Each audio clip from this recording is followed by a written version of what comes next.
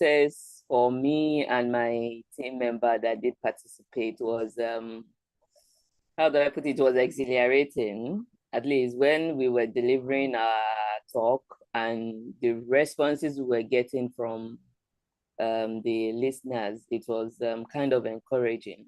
I think I put it in my in our reports that we have been given a chance to come back to do like a project. The school will be having, they do have their weekly club activities and the like. So we've been given a chance to come back and we'll intend to use that opportunity. Another one for me that was like a development stage that I went through was the process of writing the case study. It was intense for me, but I'm glad I was able to put it through. And I have a quick question before we finally start the program. Do you write recommendation letters for some okay. for All right. Okay, I got your question. I got your question already. And the answer is the organization always provide recommendation letter to successful participants of their program, whichever program you are joining from. And it's also one thing I do personally for change makers that are ready to make impact across their respective communities or countries. Okay, it's so good to hear about the development in your state and the case study, how it was impactful for you. Thank you, Sulaiman. All right, Benga Deboye, can you unmute your mic? Where are you joining from? Please don't forget your display name should start with your state name so that I won't ask you where you are joining from. We already know where you are joining from your display name. All right, Benga, can you unmute your mic and speak?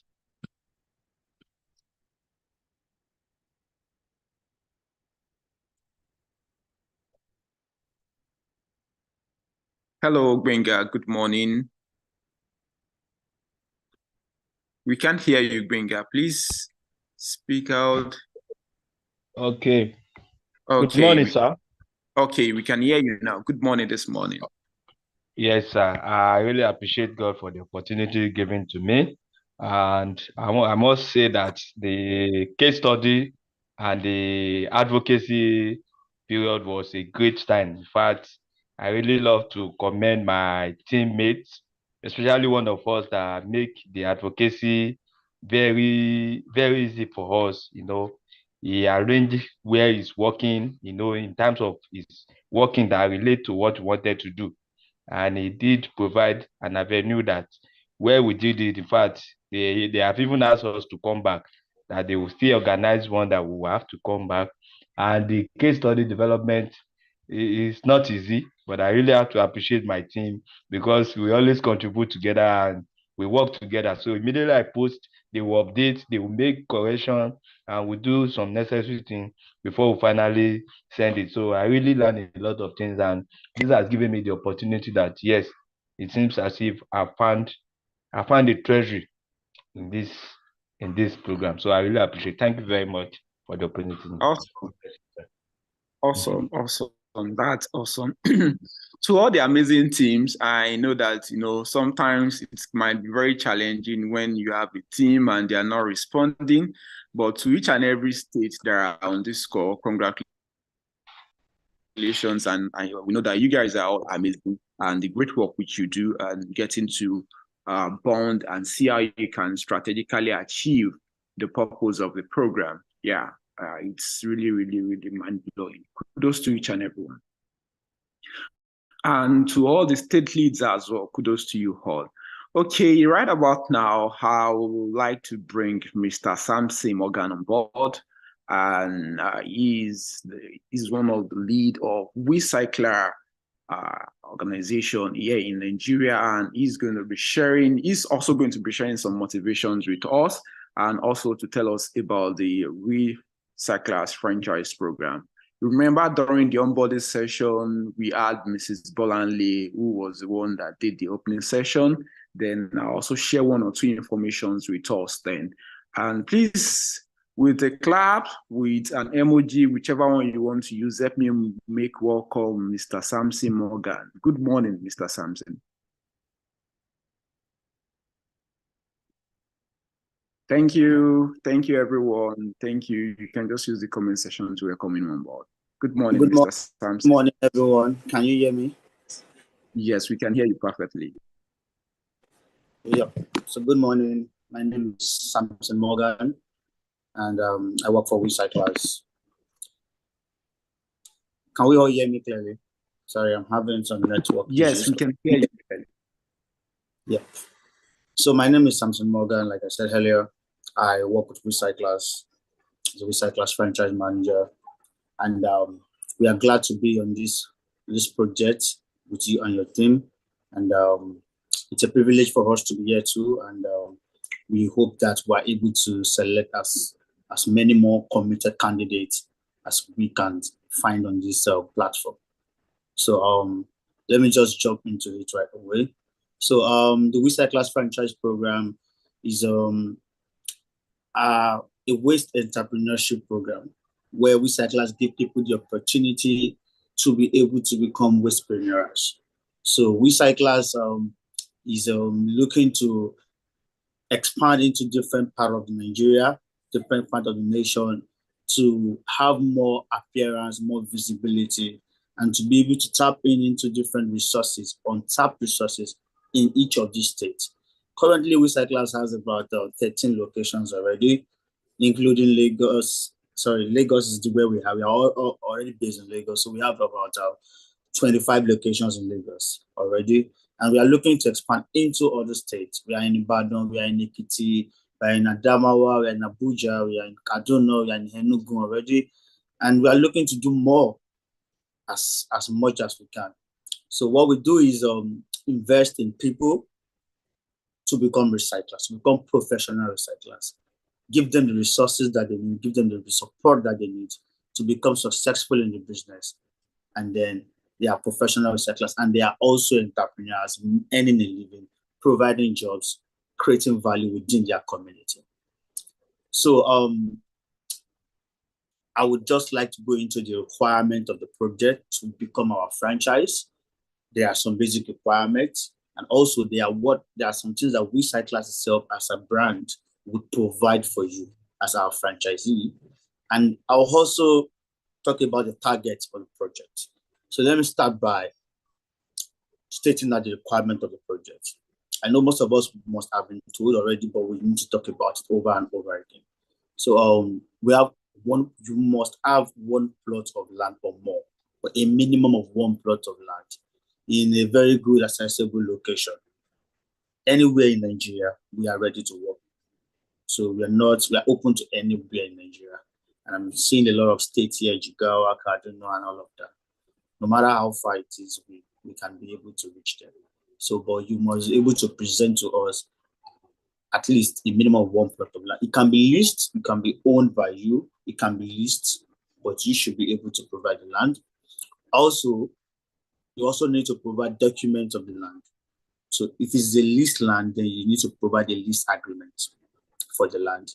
If it is owned by you, then you should be able to provide a copy of the CFO or whatever document that you have. Just a copy, just for us to, for evidence, for us to be sure that it really belongs to you, or it was truly leased by you. Also, you are expected to be able to provide and source for the materials. This is an integral part of the project. It's just like having a plant without resources to run the plant, without the raw material to run the plant. The plant is just going to stay idle forever. So recyclers would not want to invest in a person that we are not sure of the ability to source for the materials. So you should be able to source for the materials. Is either you are already collecting, like a small recycler, or you have a very clear plan on how to source for these materials. So we are giving these two options so that we are not focusing on collectors only. We are giving everyone equal opportunity to prove themselves. So if we had said that, oh, we want only existing recyclers, then we are not giving every other person opportunity to tap into this project. But as it is now, there's opportunity for everyone, whether you are already collecting or you are interested to start collecting. There's opportunity for you to come into the project. But if you have not started collection, you should be able to give us a clear plan, a clear workable plan on how to get source for these materials. Like I said, it is very, very important. This particular step is really, really critical. Also, you are expected to employ, source, and pay your workers. So you source for your workers, you employ them, your sorters, your operators, and you pay their salaries and wages. So, but you are expected to pay them from the proceedings of the business. So you're not expected to pay them from your own pocket, but from the business. Also, we're expected to manage the hub. You are the hub manager per se. In your whatever location that you are the manager of that location. So it's your responsibility to keep that place good, keep it safe, keep it moving.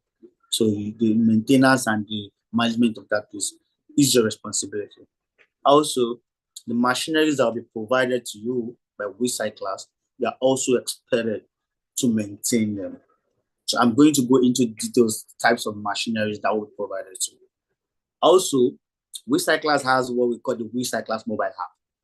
So this app will be used to track your activities, your collection, your inventory, your staff names, your staff lists, your staff payments. So we want to be able to track all of these records. We don't want a situation where our franchisee would say, oh, I'm paying so a month, 50,000 naira per month. And in the actual sense, he or she is paying 25,000 naira or even 15,000 naira per month. So we want to be able to monitor and track transparency. Also, and we expect that these apps will be used by you every day or every week. But at the end of the month, we must be able to get a report from you through the app.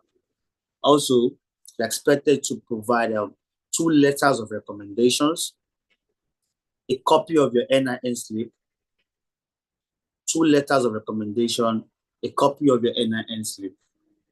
These letters of recommendation can be written by some notable person in your society and all of that. You just want to be sure that person we are investing on is trustworthy to some extent. Yeah. So those are the requirements of our franchisee. Those are the things that we expect from you. So before I go further, I don't know if you have any questions.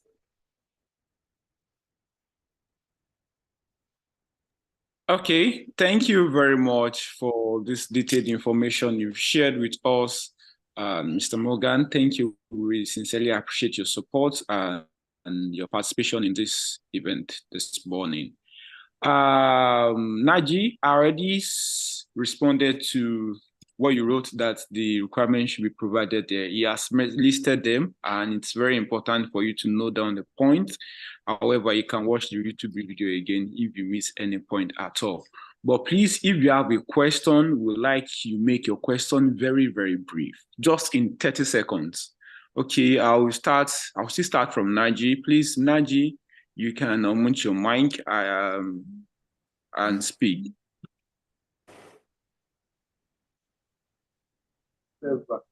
Yeah, hello, good morning. Good morning.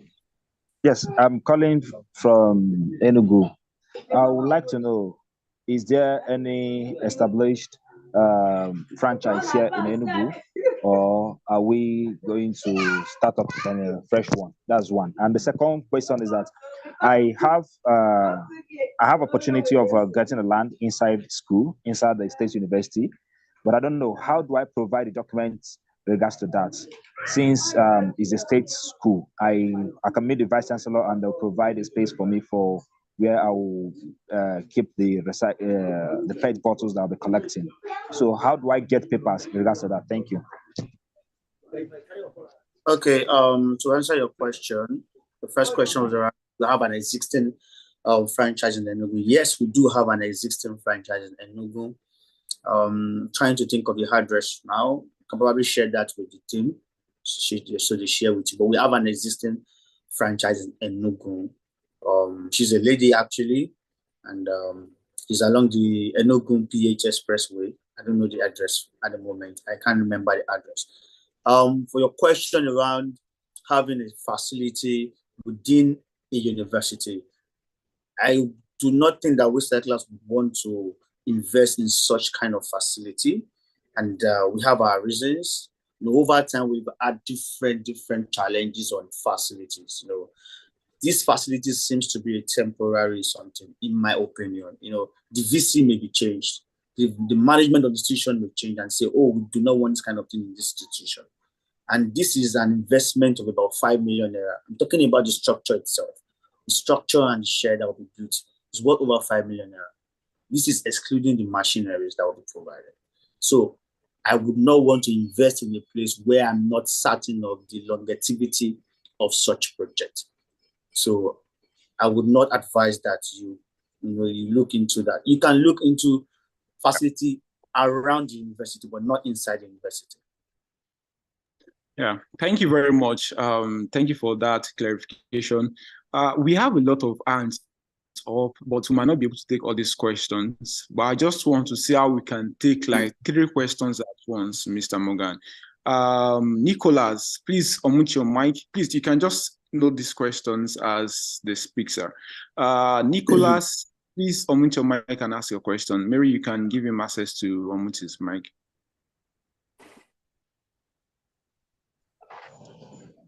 Hello, good morning, everyone. Good morning. My question is, can you have 2 franchises in a locality? Is that all your question? Then just take it immediately. Is that all? Yes, that's all. Okay, yes, Okay. you can have 2 franchises in a state, not in a locality now, in a particular state. The state is very big to accommodate 1 or 2.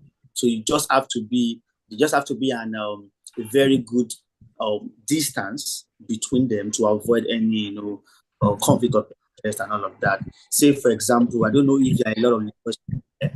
So let's say we have one in Ikorodu and another one in Aja, for example. Ikorodu and Aja are 2 different places apart, and they are both in Lagos.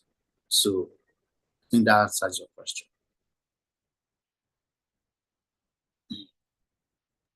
Okay, thank you very much. Let's have Chibuzo. Chibuzo, please unmute your mic and ask your question. Why are DBC you prepared to ask your question to?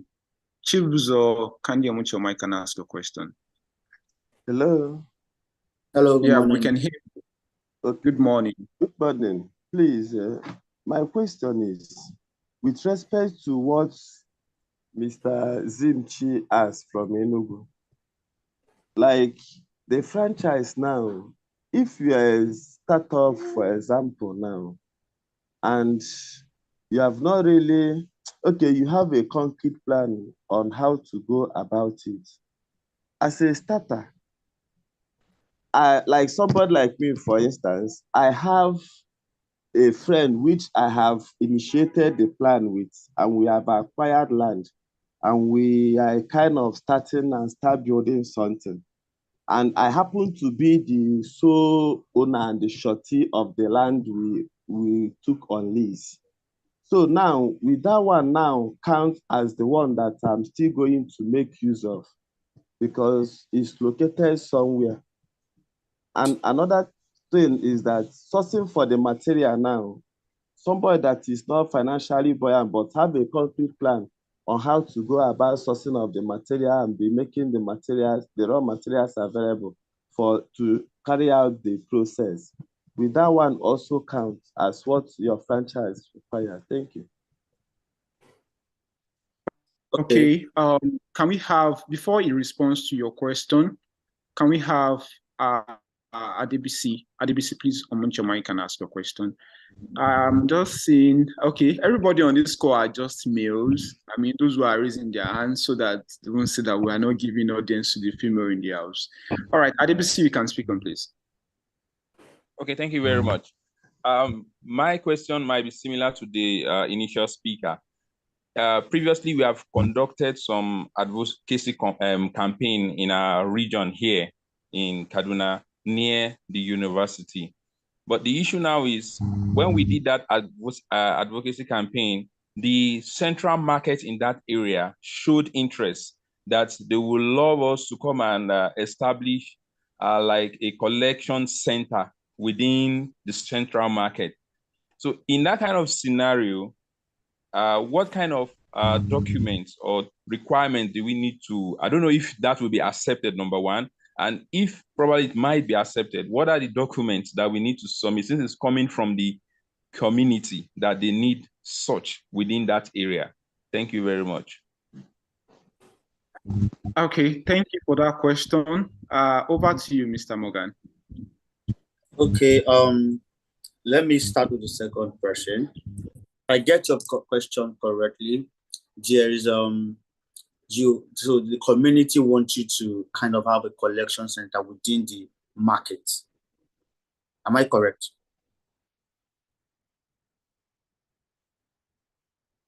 Okay, so it depends on the size of the land that the community is giving to you.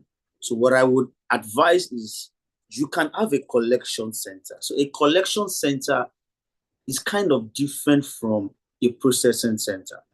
You can have mini collection centers where you have this material stacked up and then you go and pick them up to your processing center. I don't know if that works. So RecycleUp is going to build a processing center where we have the machines, but to beef up or to increase your collection numbers and collection points or your collection strategies, you can have different collection points in different local government or different community, a smaller collection point. So if they are willing to give you a small piece of space for you to gather and you come like once a week to collect from them, you don't need any document for that. The only document you need to provide for RecycleUp is the document where you want to have the processing facility, not for different smaller collection center. So that can be an arrangement between you and the community people. So you're just going to go there once a week to collect, take to your facility and process them. RecycleUp do not need to come in between that. What we need document for is a land that we are putting our structure on. I don't know if that answers your questions. Yeah, perfectly. Perfectly. Yeah. And for the first one about funding, I did not quite understand the question, but I think it's around funding. So before RecycleUp will be able to commit in funding with somebody who does not have experience, who does not have collection track record, we has to give us reasons to do that. If you had collection track record, it would be easy to disperse funding. I have just talked about the requirement of our franchise. I have not talked about what the brand is going to provide for you. So maybe when I talk about that, you'll be able to understand the funding aspect. But just that you are not repeating the question when I talk about that. RecycleUp would not give you funding yet when we don't even know what you can do. So, and for this project, we are not requiring that you pay any sum of money to be part of our franchise. We are not asking for any token. What we want you to do is provide the land, materials, and your commitment. So we will not also want to throw our money blindly to a place where we are not guaranteed of return of the investment. So for now, we will not be disbursing money to somebody who has not started collection, who does not have evidence of collection. So in my opinion, I would just advise that can be your own way of committing to the project. Invest some little amount of your money to start collecting these materials. Prove to us that you are ready to do it. Prove to us that you can do it. And then we'll take it up from there. Thank you. Absolutely, absolutely. Thank you very much, Mr. Morgan. And this has really provided a clear overview and clarification. And just like he said, commitment is very key. And this is a very rare opportunity which each and every one of you are having on this morning, in this period of this program. Because, getting franchise from some organization, you even have to pay some millions of naira before you can secure their franchise. and they are not requesting for any time from you, but your commitment, your strategy, then. So these are very, very, very important. And there's a saying that says that when we get to the river, we know we'll cross it. And definitely, most especially those who are going to be selected at the end of this circular innovation process. And you are also going to have more detailed information on things which you can do. And before, he's also going to speak on things they are providing. And he already mentioned something like that you don't need to set up your recycling facility in the institution or in the market. There are mini hubs, mini waste bin collection, which you can set up. I've seen situations like where people have their collection spots like in 14 different locations within an institution, and they can go there over and over to pick it up. So I would just like you further speak on the other aspects which you mentioned. You also are prepared to have our next speaker.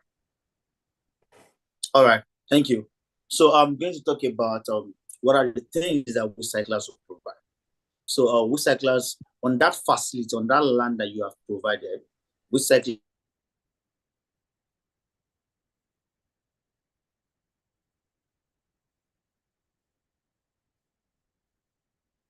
will do the sorting, iron sheet sorting shed. Recyclers will provide a minivan for you to aid your logistics, support logistics. So when you're picking up, you're not spending too much on logistics. The minivan that will be used to collect the materials. Recyclers will provide a drilling machine. I can easily share my screen. I don't know if I have the access to do so though. Yes, you have access to share your screen. Okay, I'll do that after I speak. So we are going to provide a billing machine to compress materials, and form cubic shape and all of that. This is an integral part of the project as well, because the machine is I'm not saying big, but it's quite powerful, and it's going to compress about 300 to 400 kilograms per bale. So one bale is going to weigh about 300 to 400, depending on how much you are able to stack it to compress more. So that's why it is. So that's where we are going to go back to the ability to collect. So imagine you are collecting a very low volume, and the capacity of the machine is bigger than your own collection. Then the machine will just be idle and not doing anything. So your collection should be higher than the capacity of the machine. Also, recyclers can also provide a generator in places where there is no access to power supply. Can provide a 30 kVA diesel generator that will be used. And this machine will be delivered, installed by recyclers at no cost. So whether you're in Nasarawa, you're in Adamawa, you're in anywhere, I think the north seems to be the farthest part. So I'm going to talk about the Adamawa, the Nasarawa more, because they seem to be farther. We are going to get there at no cost from you. Also, recyclers will provide PPEs, your personal protective equipment, your hand gloves, your safety boots, your reflective jacket, your coverall, to keep your workers safe while on site at no cost. But renewal of these PPEs will be your responsibility. After worn out, loss, damages, you're expected to replace them by yourself. Also, recyclers can provide a mobile toilet in facilities where there are no mobile toilets. And also a water tank. We are not going to drill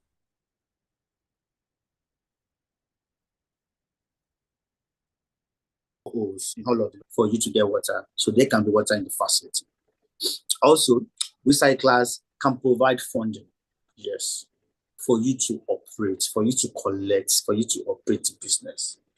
But we will not just provide funding for funding. A lot of people are really concerned about funding, and they get the funding and there's nothing going on. So we have to be strategic about the funding and be sure that this funding that we'll be releasing to anyone will be used judiciously in the right capacity.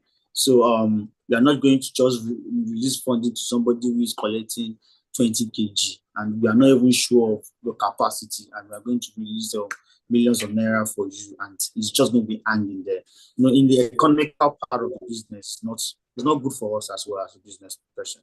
So, but we are going to provide. We have the capacity to provide funding for you to collect to operate the business. Also, RecycleUp covers cost of shipment. So when you have your bills ready, you have collected, you have done the share, you have done everything, and it is time for shipment. Shipments means that you have a certain number of bills that you want to send to us in Lagos.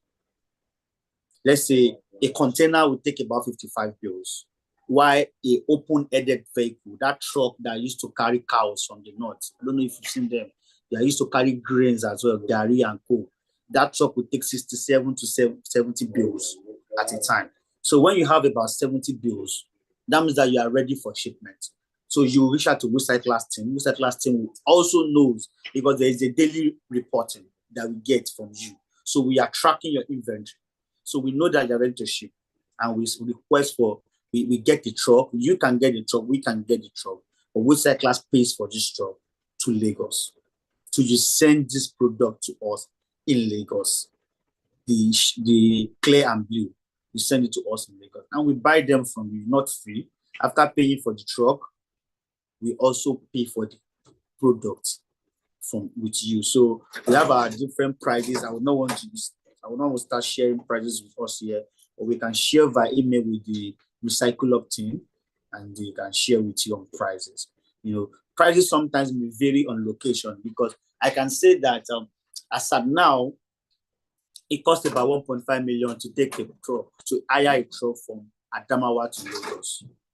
So, and if you want to hire the same truck from Ibadan or from Ekiti to Lagos, I'm sure it will cost lesser. So I'm talking about 400K, 500K. So if we are going to pay 1.5 million for a franchise to Lagos, and I'm going to pay 500K for another franchise to Lagos, so that means that there is reason for us to be able to review their prices based on their location. And I don't know if we understand that part. So I would not want to start discussing pricing on this call, but we are going to buy this product from you at a very, very good and favorable price for you. And we are also going to cover the cost of shipment to Lagos. Yeah, so that's all for now. Thank you very much. Yes, sorry, I said I was going to share my screen. I think I should do that so all the questions can come in at the time. Okay. I want to assume that those whose hand are up before, if your question is not related to what he has just spoken about, please, you can drop your hand. And for whoever that wants to ask a question, please, we are going to make this very brief. We'll just take 3 questions, and we are taking all the questions at once. But please, I want you all to please appreciate Mr. Morgan for this detailed information he has provided for us all. Thank you so much, Mr. Morgan. We sincerely appreciate you. Okay, I will start from Fortune. Fortune, please kindly unmute your mic and speak. Fortune, if you are there, you can unmute your mic and speak. Okay, good morning, everybody. Morning. Good morning this morning. Okay, this is Fortune from Rivers State. Okay, I think the second section he just talked about now on what the materials we've collected gave me a clearer picture. So before now, can you hear me? Yes, we can hear you. Okay, so before now, I think 2 months ago, I introduced a little project within my neighborhood here, waste segregation. So I supply nylon to them, color-coded nylon, to collect recyclable waste and biodegradable waste. So what I'm doing now is something within my capacity. I use the biodegradable waste and convert it to compost manure. So the plastics and the cans, there are so many collectors here. I collaborate with them and I supply to them. So I don't know, they are collectors on a large scale and they supply to so many other recycling hubs. Sometimes it's even shipped out outside River States.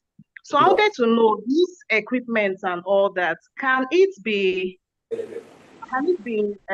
run on in a residential area?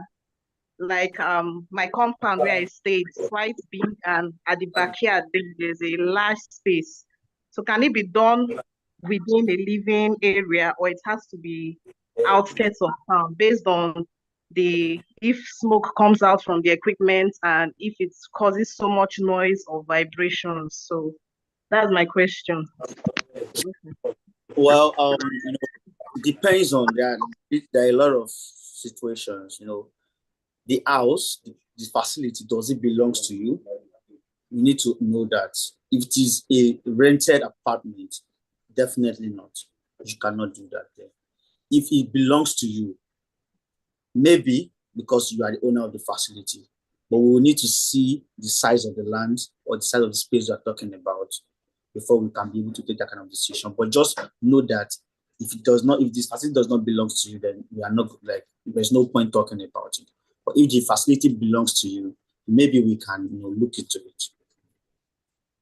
But the machineries are not. Okay, thank you. Yeah, absolutely. Thank you very much for that clarification, Mr. Morgan. And you have to also be conscious about the health and safety of your family and also your environment. So it's very, very important. Rita, you can unmute your mic and ask a question. Then we take two more from the other males on the call.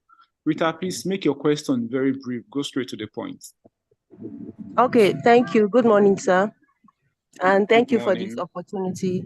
So my question is, firstly, is about the facility that one will be situating the processing equipment. So my question is, can one get a land that is an uncompleted building? I have a land that belongs to me, but is an uncompleted building. Then the second part of my question is the materials. What exactly are the type of materials to be sourced? Because I didn't get that part. The audio went off when he was speaking. Thank you. All right. So, all of this depends on seeing the structure. So if you have let's say a 1 plot or a 2 plot of land, and you have an uncompleted building behind, and there's enough space ahead of that building, then we can use that space. But we are not going to use inside the uncompleted building itself, if that's what you are trying to confirm. We can only use spaces around there if there are spaces around the uncompleted building. But we are not going to use that inside the uncompleted building itself. Thank you very much. Types of materials, we have PET bottles, white clear bottles, green colors, brown colors, aluminum cans, and cartons. No, I think we can share a document with Mr. Emmanuel, and he's going to share with the rest of the team. Plastics generally. This is well detailed.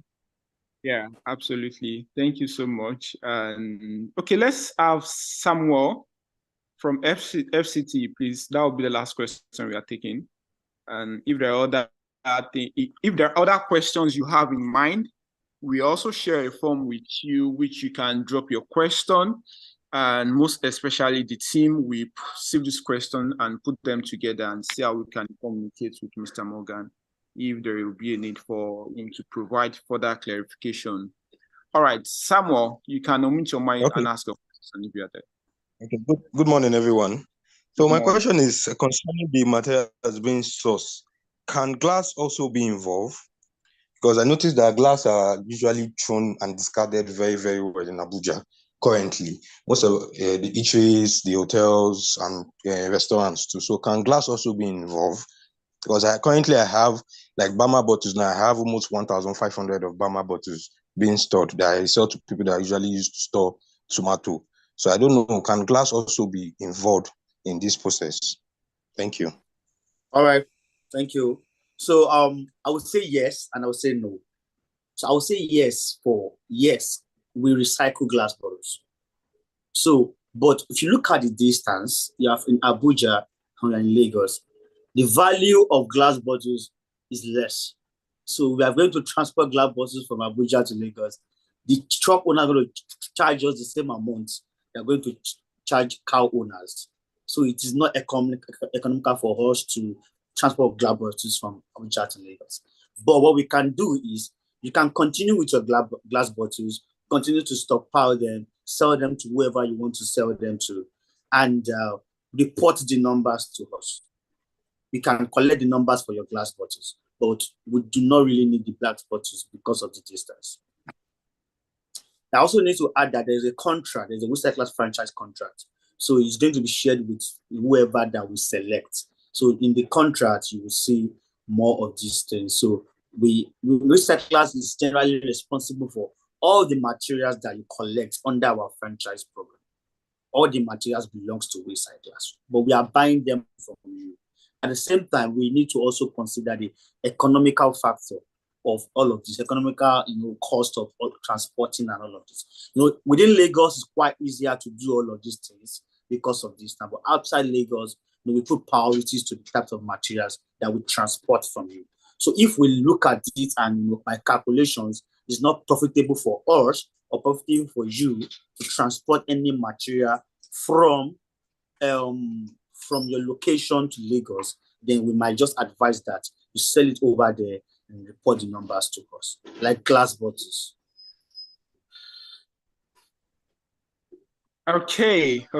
This has been an informative session indeed, and we sincerely want to appreciate you, Mr. Morgan, for taking your time to provide clear information and distinct overview about the RecycleUp franchise and how it can be of benefit to each and every one, and how they can get to subscribe into it. And once again, on behalf of Resistance and ADF Africa, we want to say a big thank you to the leadership of RecycleUp for this very unique opportunity they are giving to the participants of RecycleUp Nigeria program. And we want to assure you that we are going to make you proud, and we are going to ensure that we keep to the sustainable waste management practices across our respective communities. And I'm so glad that many are already practicing within the short period which they've started this program, and we believe you're also going to upscale it to becoming a business and thus making impact across your respective states. And once again, thank you, and sincere regards to the other leadership. Sorry, let me quickly share my screen to show them this structure, so they understand better the kind of land that they need to source out for.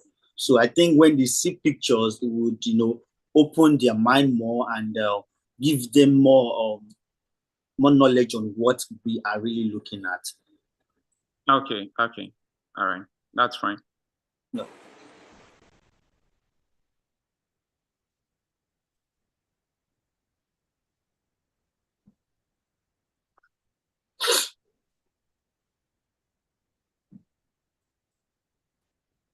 Can you see my screen? Yes, we can see your screen. Okay. So this is a typical structure. And this is a vehicle. You can see the RecycleUp franchise shed is branded. So looking at this shed, you can tell that you need a much more, a very good space. You cannot have this at the back of your house. You cannot have this at the back of your house, except the land is very, very big, and the house belongs to you. So you cannot rent a house and have such at the back of the house. This is the vehicle. This is the shed. You can see the types of materials now. This is a clear and blue materials, and this is a typical baler. This is the baling machine, and these are the PPEs that will be provided as well. You can see the hand glove, the coveralls, and this machine does not make noise. It's just like it ums like and it doesn't, like, the vibration is less. We are going to build a platform where the machine will stay on, so it's not going to be like heavily vibration, but it's not smoky and does not make noise. Also, looking at this is one that we just delivered to our franchise in Lagos. You can see the machine is branded Recyclers. This by the side is the tank. That's the tank where the hydraulic oil and the electric motor will be. So this is the machine itself. It's going to come down, compresses, and all of that. So these are types of materials that we collect. You can see PET bottles passive. So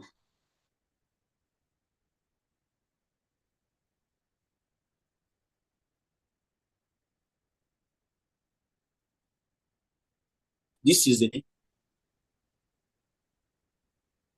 Can you still hear me?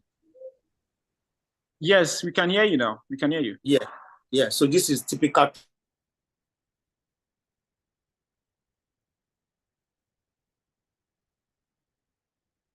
Hello, Mr. Morgan.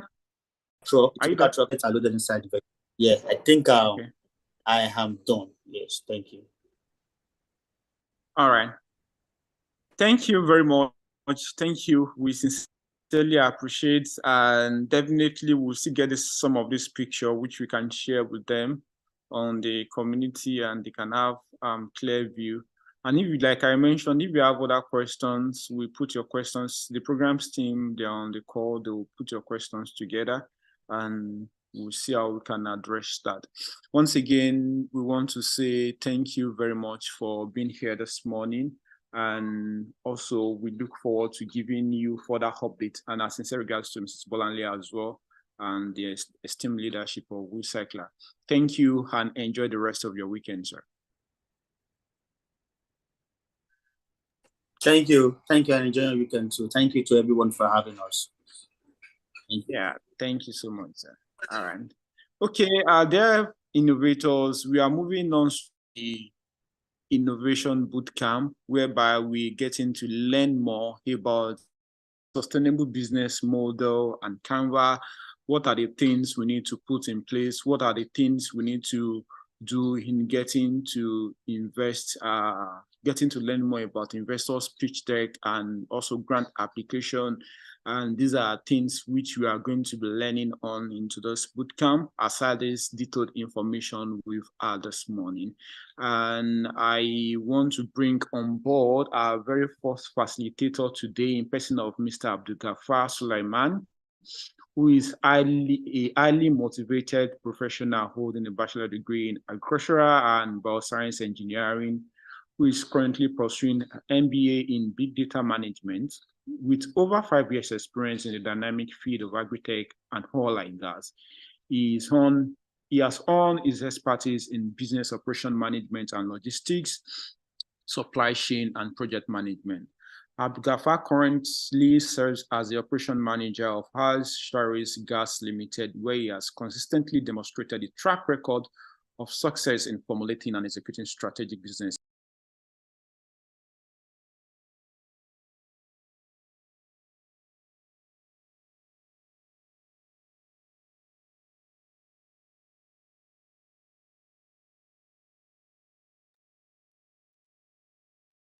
Okay, this morning, please let's make welcome Mr. Abdulgafar, as he is going to lead the session on sustainable business model and Canva. I want to see with your emoji, with the clapping.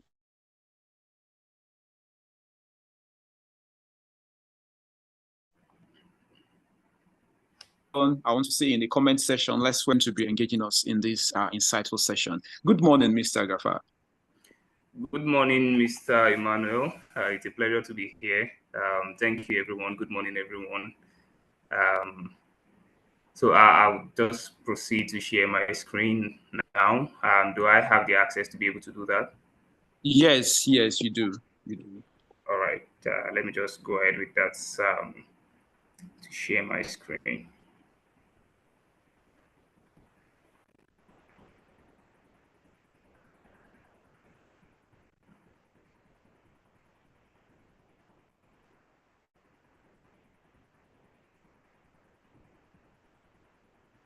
All right. Please confirm that you can see my screen.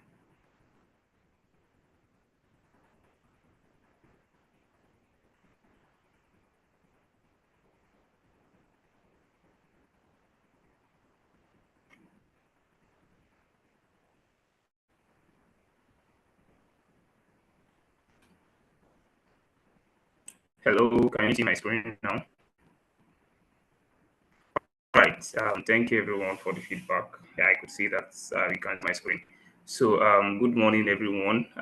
It's a pleasure to be here to share some insights regarding business model and Canvas as well, just like Mr. Emmanuel said. And I'd like to appreciate the organizer of this beautiful event where we are able to bring some important information, important business knowledge, and be able to impact on the entrepreneurs, especially not just ordinary entrepreneurs, but people that are making the environment better, people that are committed to the SDG goals and all.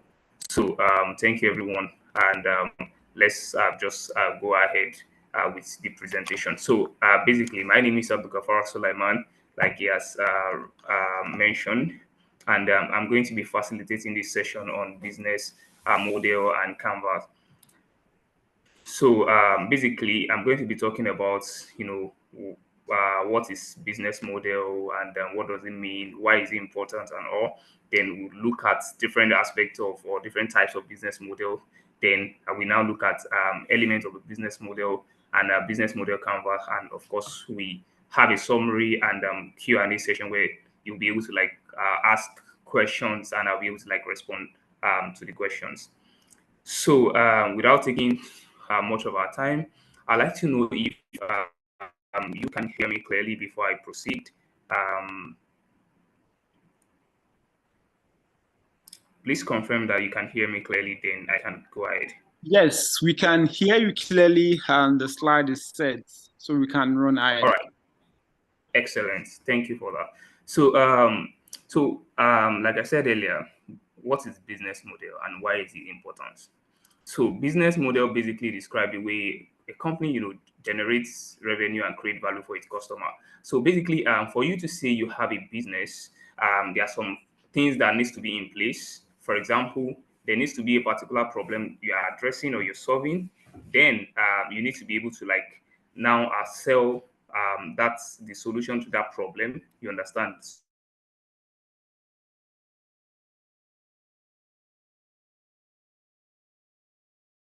So basically, you having to problem and you have the people that care enough for that problem to be able to to be able to pay a particular amount of money that will make you to be able to continue to generate and deliver that value to customers. So and why is business model important? Because this business model is basically what is going to help you to create the value for your customer and how you're also kind of generates revenue.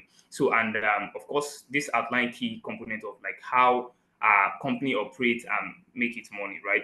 So like I said, we need to look into why it's important. You understand? So a clear business model basically is essential for a company's success, as this helps you to define your target market, your revenue stream, the growth strategy, and of course it helps you to kind of provide a roadmap for your company to follow and allow you to allow for more effective decision making and resource allocation. So at the end of the day, you're not going to be wasting a lot of money or wasting a lot of resources at the end.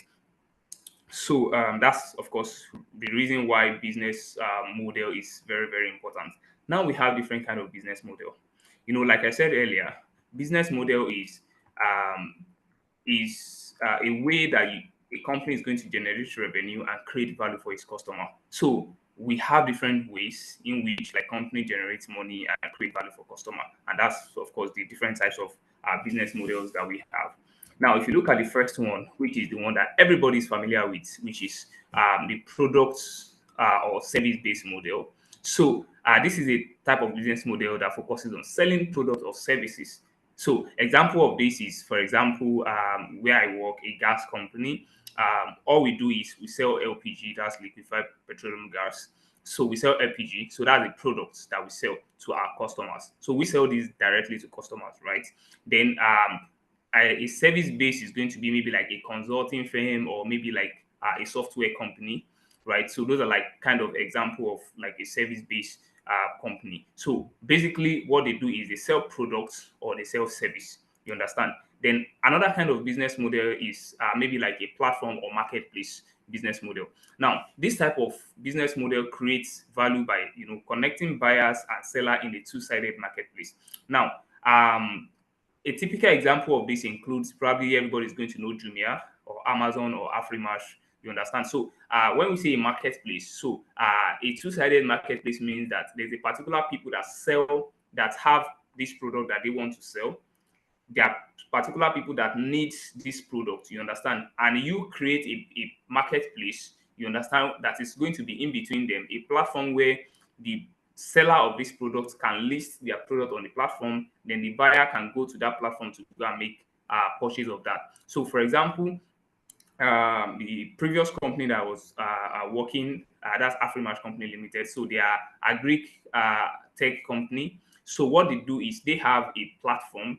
They have an e-commerce platform where they have verified suppliers that list their products on that platform. They create a virtual store for them. Then customers come from different locations across Nigeria and across Africa, you understand, to come and like place their order on that product, on that platform, and Afrimash is going to like facilitate the transaction and deliver to customer. The vendor gets their money, the customer receives their product, Afrimash take commission, and they are good to go, right? So this is the same business model that the likes of Amazon, Uber, Airbnb, and Jumia. This is the kind of business model that they use. Now we have another business model, which is the freemium model. So this type of business model offers a basic version of products or service for free. Then you now have to pay premium to get the premium features. So basically, you have to pay some fee to be able to like get premium features. So example is Spotify. For people that make use of Spotify or Dropbox, you see that you can use some level of it for free. However, if you now exhaust that particular free version, then you have to like subscribe to be able to like get the premium version of it. So for example, all of us make use of Google, and we use Google Drive to be able to like store our files and all. But if you notice, you see that you only have a limit of 15 gig on your Google Drive. So that means if you want to extend, let's say you want to like save more files, you have to like now extend it from that 15 gig to have maybe more capacity, maybe like 100 gig or something. Then you have to pay for that particular. So this kind of business model looks at, you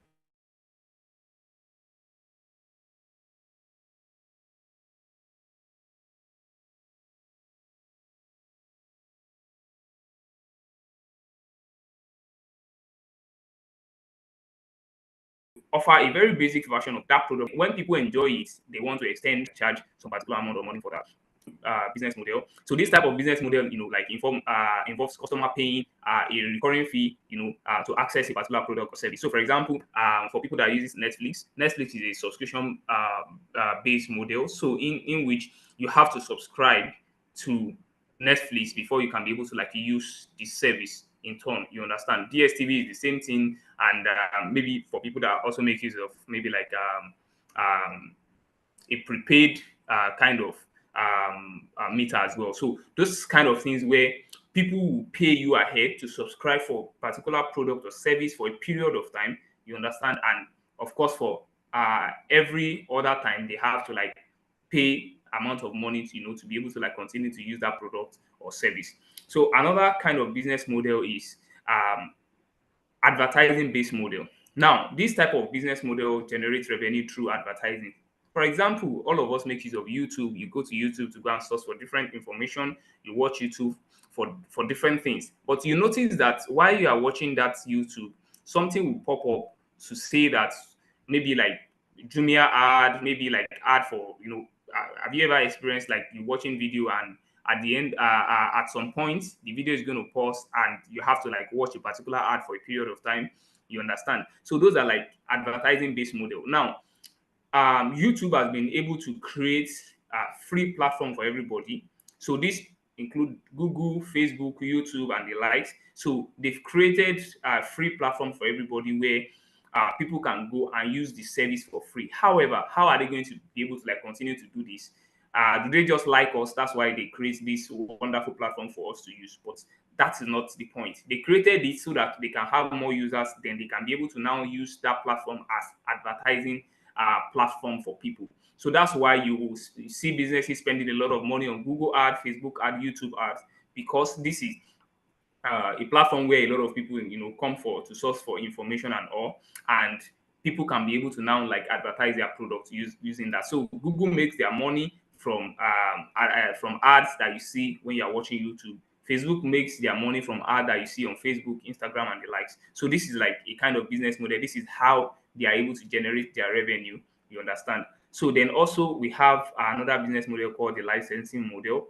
So this licensing model, this type of business model involves selling the right to use a product or technology to another company. So example is maybe you have a software that you have developed and you have patented that software, or you license that software to another person to use. So if you have a product or a technology that another person can potentially use for their own need as well, then all you need to do is just patent it and give them the licensing to be able to like use it, and you charge a particular amount of money on that. So that's of course another form of business model.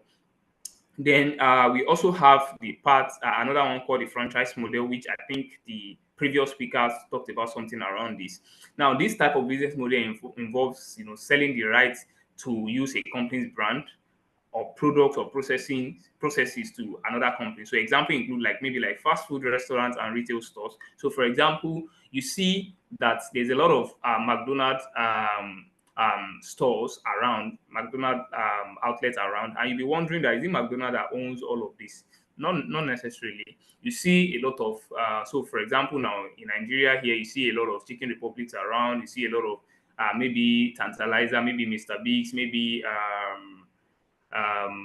Kilimanjaro and all. You understand? So those branches that you are seeing may not necessarily be owned by those brands. You understand? It might be a third party individual that says, okay, I want you to give me access to use your company brand and to be able to produce your products using your own template and processes and everything, and I am going to pay for that as well. You understand? So that's how you see businesses use this kind of model to expand whatever they do. So that's why you see a lot of Starbucks, a lot of McDonald's around. So these are the kind of business model that they use. So aside the fact that the company, have their own stores, they can franchise this out, and they also get royalty on it, which is a form of profit.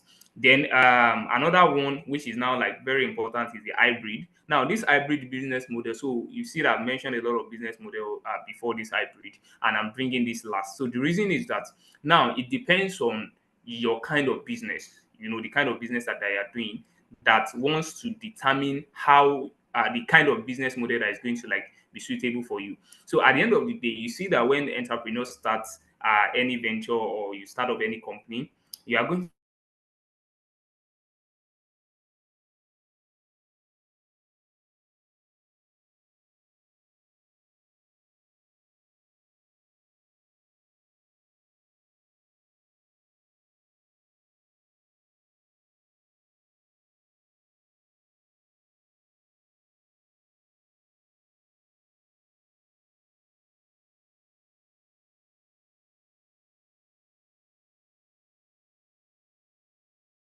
to start up with a lot of hypotheses, which majority you are, if it's maybe you get customers feedback, you'll be able to adjust. Then you are bringing to the market a lot of hypotheses to the problem that the customer has, even a lot of hypotheses that you are going to make. So I'm open-minded, get feedback from the market and adjust accordingly. Now, this hybrid business model means that, so let's say, for example, we start out with maybe a product or service-based model, you understand? And by the time we get to the market, we realize that, so a lot of people are coming into our platform to come and just take information. You understand? And you realize that instead of people coming to your store to come and buy products, all they do is they come to your product, they read on your platform, and they leave.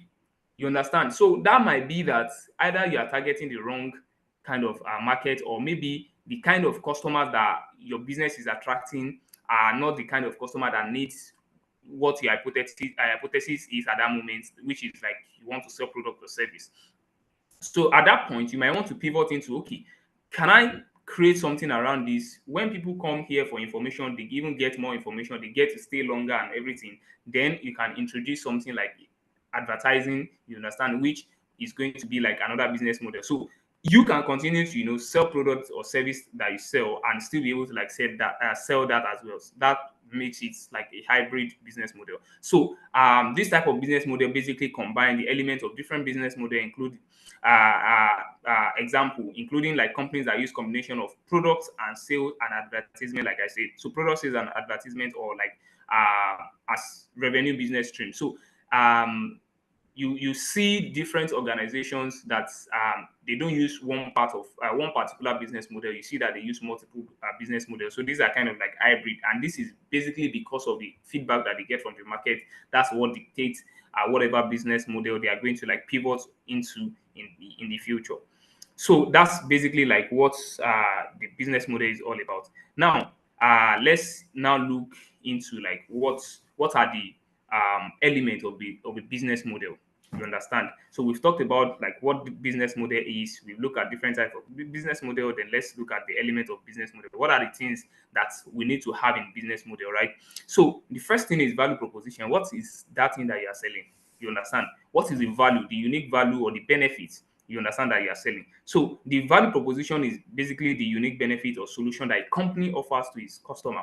So it outlines what makes the company product or service different from others in the market. So basically, what is that unique thing? What is that solution that you are selling? So if people ask you, let's say for example now, you said that you sell products. You understand? So that particular product, what does the product do for people? You understand? So those are like the unique benefits that the product has. So you need to have a good understanding of this value proposition, because at the end of the day, that is what you sell. And like I said earlier, what is really important is the fact that you need to understand that as you are starting up your business, you are going to start up with a lot of hypotheses, which in the end, some of them might not be correct, and that is why you have to like kind of listen to the information that is coming from your customer, because at the end of the day, they are the one that needs this solution, and any information they are giving you, they are telling you about the product is what you are going to need to be able to like adjust your solution to meet this customer's need, which is like critically important to all the entrepreneurs. So you need to have a good understanding of your value proposition and be able to like now listen to the customer to see if this is actually a value to them. You understand, and be able to like adjust accordingly. Now, after you have your value proposition, you know that this is what I do, this is my unique selling point, this is my unique benefit. You understand? Then you need to have a good understanding of who are the people that need that benefit or that value that you are generating. So this is the customer segment. So customer segments are the group of people that a company targets with its product or services. So a company should have a clear understanding of this target market in order to effectively reach and serve its customer. So for you to be able to like sell the value that you are proposing, or the value or the benefit that your company is bringing out, you need to be able to like understand your market segment. So you need to like understand who are the group of people that need this solution, that need these products. You understand? And from there, you can be able to like have a clear understanding of that market. So once you know the value, you know the customers that need the value, the next thing is how are you going to be able to reach this customer, which is the channel. So channels refers to ways in which a customer, in which a company interacts with its customers, such as probably through website, through sales, through sales team, through retail stores. So for example, now let's take Jumia for example. So Jumia basically sells. Jumia has an online platform which is a marketplace where people would come, you understand, to come and buy products, different kind of products, you understand, and also the seller of this product will, go to Jumia and list this product on their platform. So how are Jumia going to be able to like now like understand or reach these people? So this market segment might probably be people that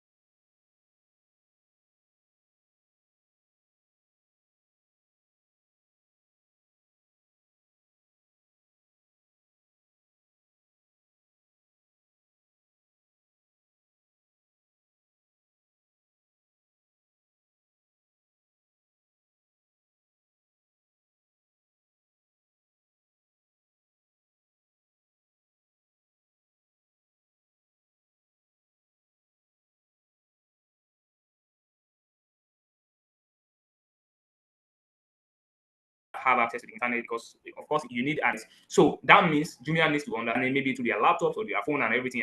So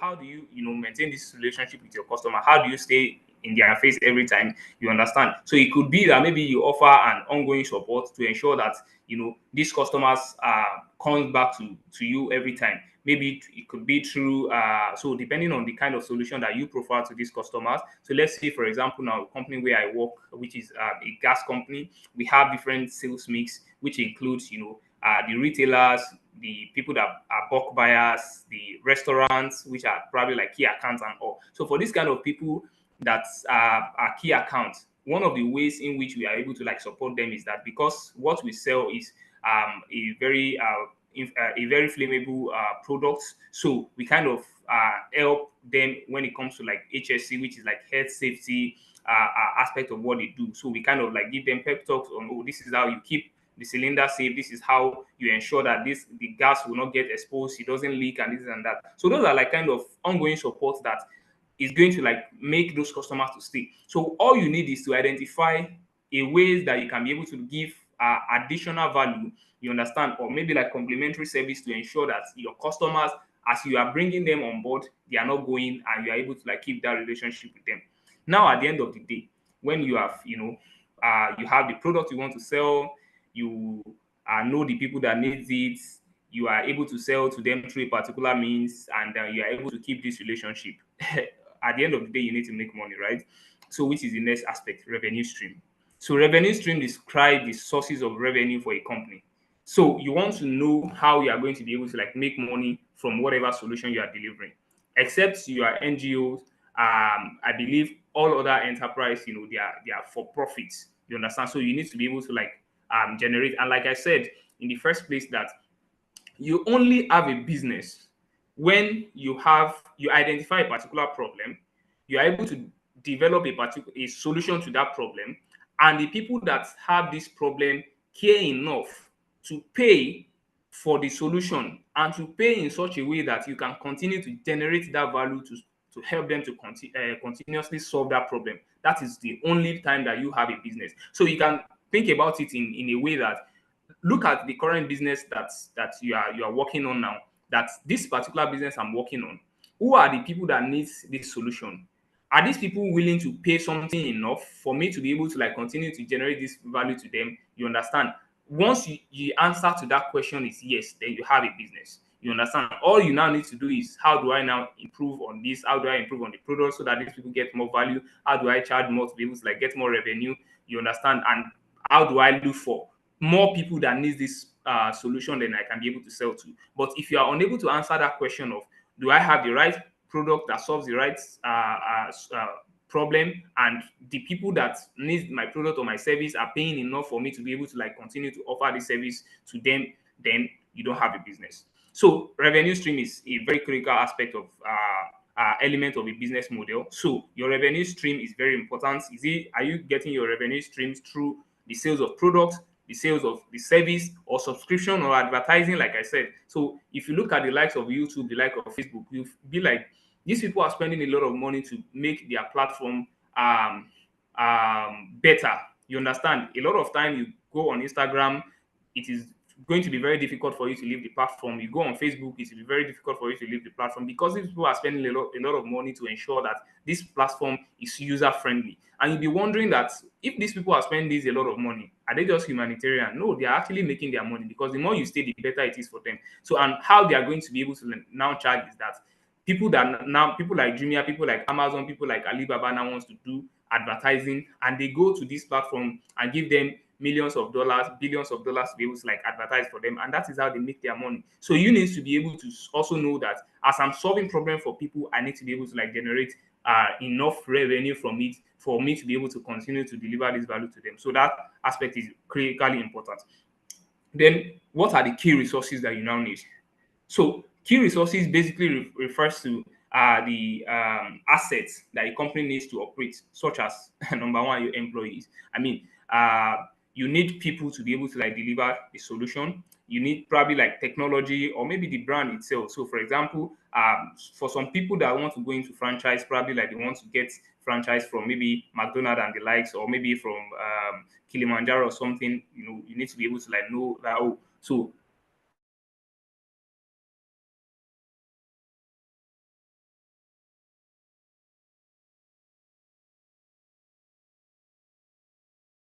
for you to be able to like get to them. So those are critical aspects of business model or elements of a business model.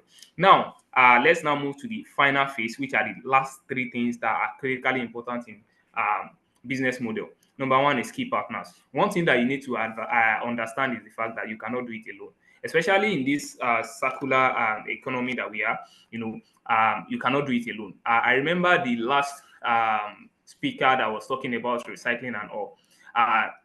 If they have a platform in which they are able to like get source all this recycled material from different people, you understand, why can't they go into the field themselves to go and get all this recycled product themselves and be able to like go on with their business?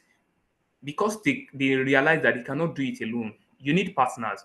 That's why they are looking for people that, oh, so if I work with these people are probably in Kano, they know how they can get this, they can help to source all of these materials in Kano and just ship down. So what they do, they partner with people like you to help them to source for that kind of material. So in your business, you also need to understand who are the key partners that I need to make this business work.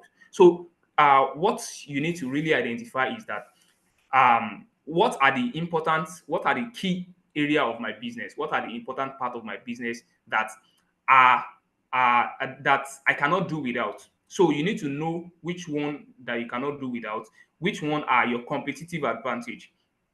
You understand? So by the time you identify all of these things, now you can say, okay, so this aspect of my business, I am going to do it myself, which is maybe that is your unique selling point. That is like the secret of your business. That's the core aspect of your business. That if you remove that out of your business will not function. So that aspect you want to be able to develop strength in that, because that's like the solution that you need. But you will have some other aspect of your business that they are actually like they are important, you understand, but maybe you don't have strength in that aspect of your business. So you want to look at, oh, who is the other person that this aspect is their own core strength, then let me partner with them to be able to like incorporate that into my business, and I can be able to like deliver more values to my customers.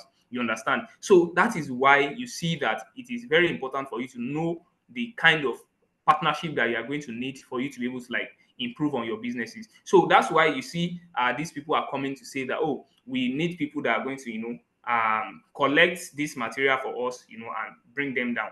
You understand? Probably like they just focus on the upstream of their own business, that, oh, this aspect of their business is the really important part in terms of sourcing. Let's outsource it to people. Let people go into different locations to go and aggregate this material for us and send down to us. I mean, that reduces the stress on their end, and they can focus on what is really more important in their business. So if you think from that point of view, you might be able to understand that, okay, let me dissect my business and see that who are the critical partners that I need for to support me to be able to now like forge ahead my business. So that's one aspect of partnership. Another aspect of partnership is that you also need support in terms of maybe financial support, or you might want to know that, okay, so which the kind of solution that I'm offering to people, what kind of organization have interest in what I do, that what I do, kind of like impact what they do. Then you want to partner with those kind of organizations to be able to like get funding and all. So for example, if you're into like a recycling business now, you want to look at this organization that just deliver the last session now, that, okay, so these people, they are already like into this business. All I need to do is just to plug into what they do, and probably they are even ready to support you financially on some aspect of what you do. I remember I heard him mentioning that they can give up to maybe like 30 kVA generator. They can give some equipment where you can use to compress those items and be able to like send to them. I mean, so you want to understand this kind of strategic partnership to be able to like forge your business ahead and deliver your solution. Now, the next aspect is now the operation part, which is the key activities. So you need to be able to like describe the most important action that your company needs to take to deliver the product or service to the customer. So, for example, you want to know that, oh, for me to be, what are the key activities for me? So I need to be able to, so let's say, for example, now the people that are into recycling now, you want to say that key activities includes, oh, I need to be able to, source for materials, all these materials, all these waste product that I need to get, you need to be able to like source for them. That's one activity, that waste sourcing. Another one is that, oh, I need to be able to now like compress these and transport them and get them to where I'm going to use them. Or probably like if you do the recycling yourself, which means that you turn it into another product or something, you need to be able to like identify each of them to know that, oh, this is how I am going to generate my value and this is how I am going to deliver it. So let's take another example. So let's say another example is maybe the likes of e-commerce. So e-commerce like Jumia, like Afrimash, you want to say that, oh, key activity in my business include I need to be able to like source for suppliers.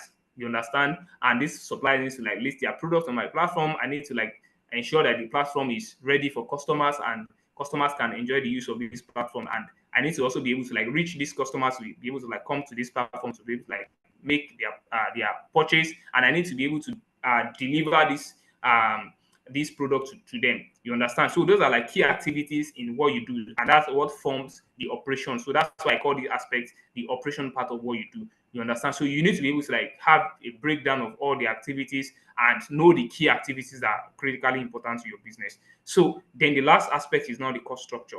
Because at the end of the day, we've talked about the solution, we've talked about the operation, we've talked about the key partners you need, we've talked about how you are going to make revenue. But if all of the other 8 aspects, they are doing well and you are making revenue, but you don't manage your cost structure, that could potentially like wreck the company. So you need to also ensure that you outline the cost structure. So the cost structure outline, of course, the expenses that your company incur in order to operate, such as, of course, the salary, the marketing and technology cost. You understand? So salaries are, of course, you have to pay your human resource. Then the marketing aspect, how you are going to, sell, get more customer and all, and of course the technology, which is like an enabler, and several other costs as well. So you need to like have a good understanding of your cost structure, ensure that the cost of doing the business is not higher than the revenue that the business is giving you. At no point should you have more cost than what is coming in as the revenue, because by the time you have more cost than the revenue that is coming in, you are going to be making losses, and it will get to a point, even if you are a startup that is being funded by maybe an angel investor or venture capital, you get to a point where that negative will accumulate, and of course you will not have anything to be able to like offset the cost again, and at that point, the business is going down the drain. So as an entrepreneur, you want to ensure that you are making as much revenue as possible, you are improving on your product or services and your processes, and you are reducing your cost as much as possible. You understand? To be able to like continue to do business. So these 9 areas are critical important of business model, which is value proposition. That is what you do, the unique value proposition. You are selling the customer segment, the people that needs this solution. Channel, how you are able to like sell to these people. Then customer relationship, how you are able to like reach out to them, sustain them and all. Then the revenue, how you make money. Then the key resources, the things that you are going to need, like human resource, technology and the likes. And also key partners, who are the people you can partner with to be able to like ensure that you don't do everything yourself, and you're able to like do things better and offer more value to your customer. Then the key activities, which is the operation part of what you do, and your cost structure to ensure that you manage your cost in a way that you are not spending more than what you are earning. So all of these these 9 aspects of the business model is what we put into a chart, a visual chart, which is more like the blueprint of any business. You understand? And that is what a business model canvas is. So let's move into business model canvas. So business model canvas is a tool, like I said. It is used to visualize the 9 key elements of business planning, of course, which is what I talked about initially. That's the business model. So it can be used for new business planning and also for development of existing business model. I mentioned something earlier that when you start your business, you start up with a lot of hypotheses. And when you have this business model canvas, what is potentially going to happen is that as you are verifying some of the hypotheses, You understand? Some of them are going to be null, some of them are going to be valid. You understand? The ones that are null, you are going to be improving on them, and of course, you have to be changing that again in the business model Canva until you have a perfect business model Canva that is going to, be the blueprint of your business. So the business model Canva template allows for concise visual overview of the core element of the business plan to be created. Then it is a flexible and easy to use tool that can help companies to understand and communicate their business model in a simple and clear way.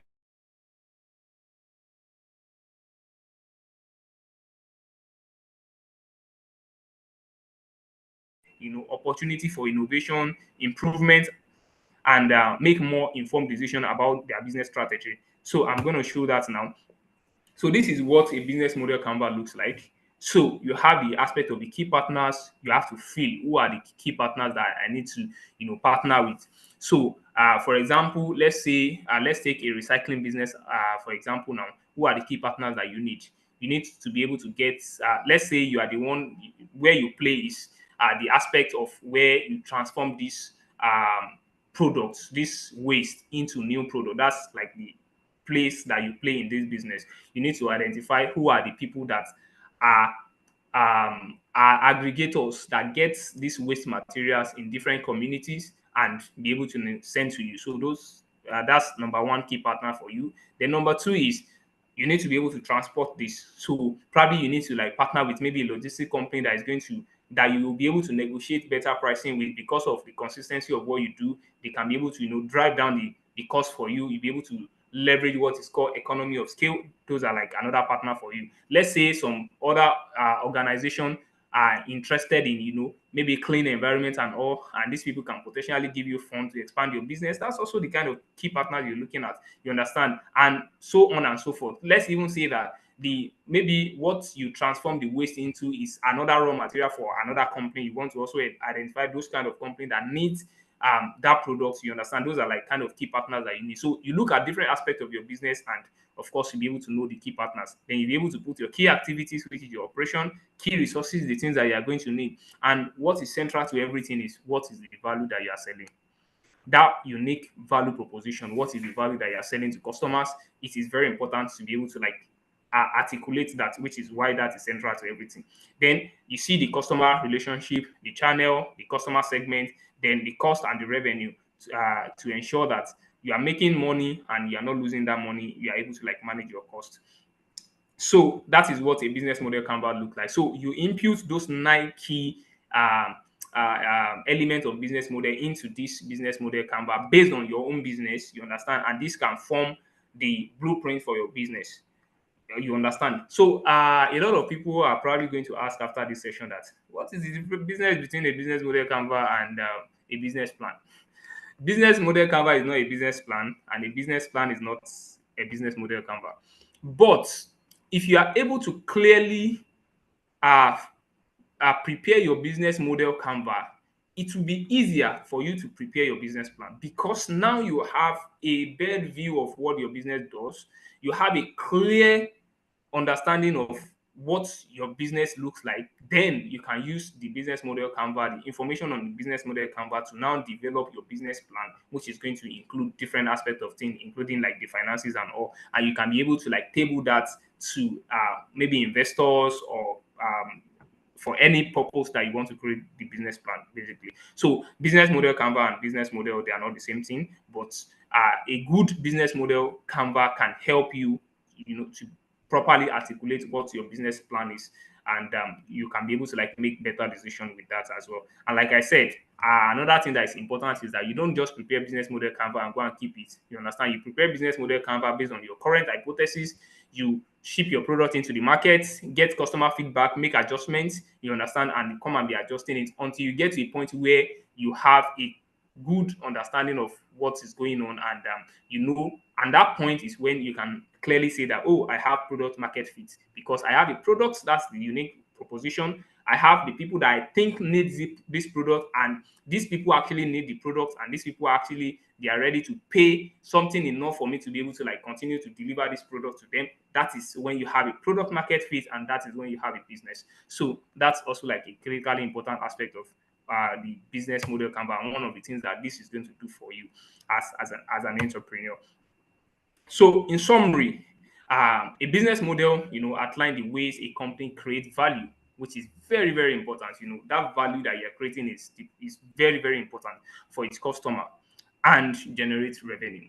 Now, the value, one thing that you also need to know about the value is that your perception of the value is different from the customers. And who needs that value? The customer. So the customer defines what the value means. So what that means is that if you have an hypothesis that this is what the solution is, this is what the value is, and the customer is telling you that this is not value to me, you need to listen to that customer to know that what is value to you and adjust accordingly. So because at the end of the day, this says that create the value for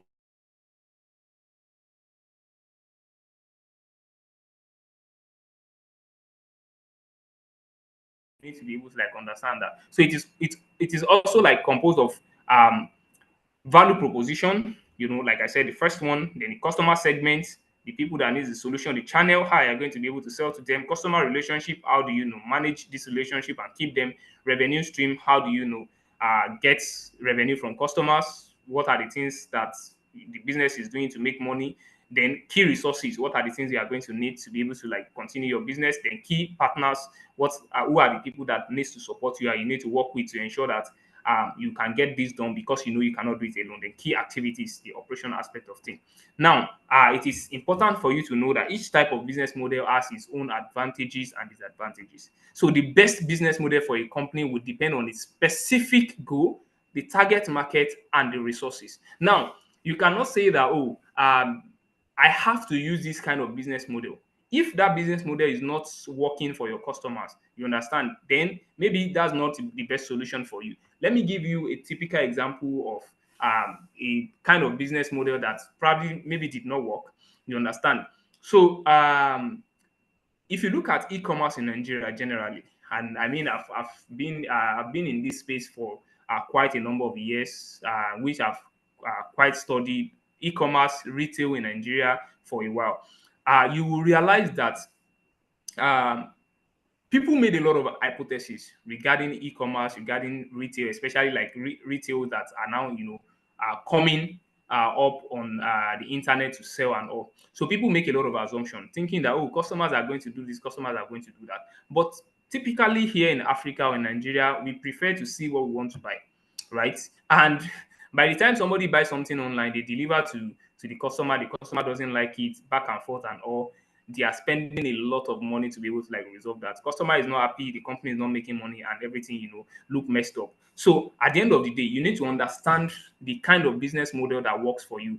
I'm not saying e-commerce is not working in Nigeria. Of course, it's working for a particular segment of people, and that's what people need to understand, so that you don't sell to everybody.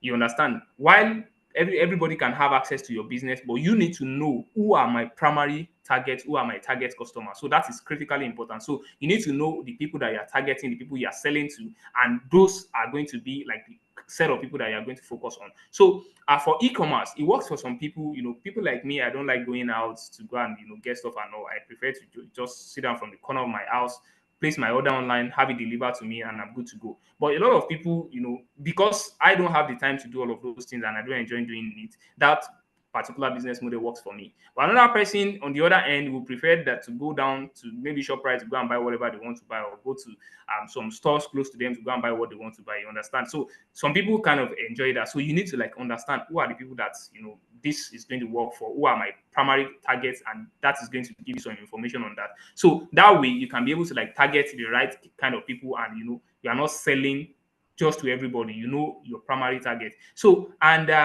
so now, going back on the e-commerce example that I'm trying to talk about. So there's a company in Nigeria called, I think, Omnibus Africa. And one of the things I learned from them is the fact that these people actually listen to the market. So if you look at the kind of business model that they use, Omnibus Africa understand the fact that people, majority of Africa, based on our kind of mindset or our exposure, we prefer to see what we want to buy. So instead of these people saying that, we have e-commerce platform and everybody should come and buy the way Jumia is doing it or the way the other platform are doing it, these people actually, instead of targeting the end users, they target retail stores. Now, they sell in bulk to retail stores, Now, number one, their average order value goes up. They sell in bulk. That means they can leverage economy of scale to get a lot from manufacturer. And now this retail store will have more products to be able to sell. So imagine maybe in your area, you normally like go to a particular store, they don't usually have everything that you want, but now they consistently have everything that you want. You understand? So that kind of business model shows that these people are thinking creatively, they are listening to what the customers are saying, and they're able to like adjust accordingly. And I think of recent, those people were able to raise maybe 20 million US dollar in funding or something. That shows you that the business model is working. So the lesson from this, the lesson that we all need to learn from this is that we need to listen to our customers very well, know what works for them, and create a business model that works around what the customer wants. And if it is going to be, if it is customer centric, that is you creating it around the customer, I can guarantee you that you are going to make profit and the business is going to be successful, because you are not just creating an abstract problem, abstract solution for your customers. What you are doing is you are creating solution around what your customers are perceiving as a solution, and they are ready to pay for it. So, like I said earlier, this has its own. Each of these business model has their own advantages and disadvantages, and the best model for a company will depend on the specific goal, the target market, which is customer, and of course resources that you have available for you. So thank you, everyone. At this point, I would like to take questions, and you can go ahead to ask your question, and I'll be more than happy to answer them. Thank you.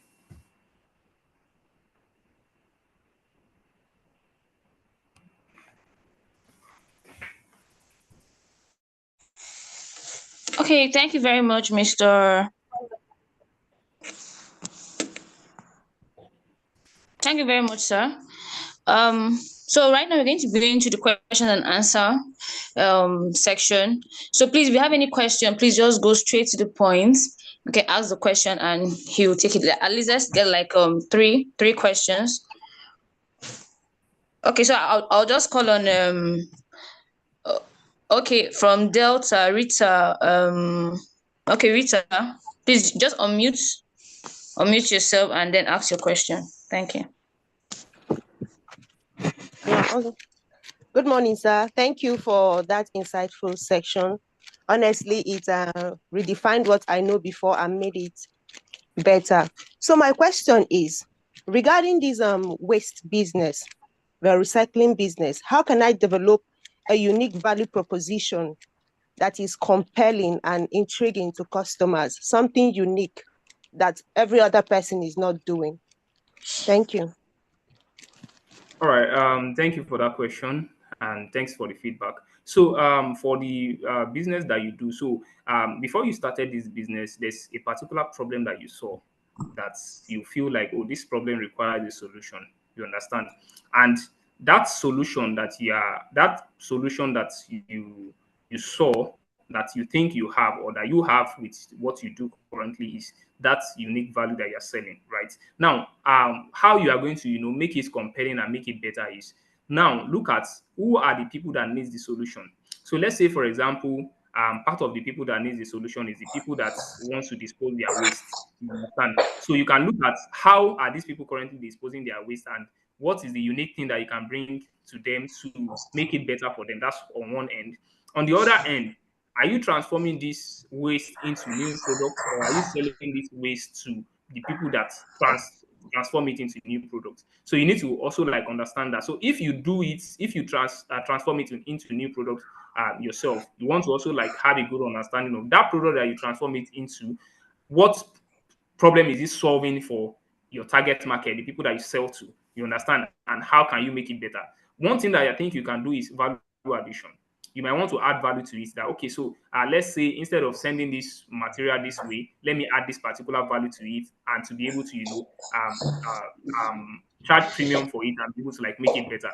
And how do you know the kind of value you can add to it? Listen to your customer, ask open-ended question, ask the kind of question that will make them tell you their pain points, their needs. And from there, you can take inferences from whatever they are saying, and you can be able to use that to develop a business model that works for you and to improve on the value of what you currently do. So let's say, for example, now, the previous speaker mentioned that they currently spend a particular amount of money to, move product from different locations. So let's say for your own location now, you have a vehicle that you can use to, transport this product, and it is going to cost less. That is a particular value that you have over every other person that is doing that business. You understand? So you can bring that to the table and say that, oh, for me, for my location, people are, getting this done at 1.5 million, but I can get it done for you at maybe 1.2 million. You understand? That's a particular value because they'll be interested because you are saving them money, right? So you are saving them money, helping them to, make more money. So that's a particular value. So it is endless. You understand? So you are the professional. You are the one that have the specific understanding of what you do. So just try to think around it and see that what are the things that you can do that other people are not doing, or what are the things that you are doing that other people are not doing, and you can articulate that as your value proposition and improve on it. Thank you. Okay, thank you very much. So, and the next person from Ondo, Abdullahi, please just unmute yourself and ask your question. Thank you.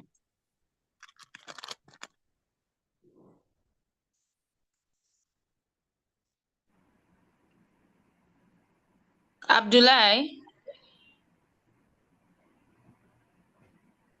Okay, so if he's not responding, please, the other person from Imo, Agoha, if I'm correct, please just unmute yourself and ask your question.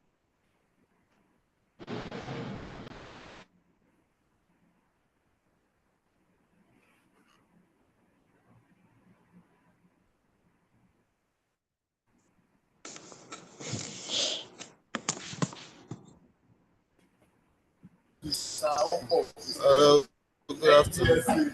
Sorry, good morning. Yeah, good morning. Good morning. Good morning. Yeah, good morning. Go ahead. So mine is not actually a question, it's more of a request. So thank you for the wonderful session. So my request is for people who have already developed a link canvas already. Will you be assisting in going through it, and at least with your professional experience or something like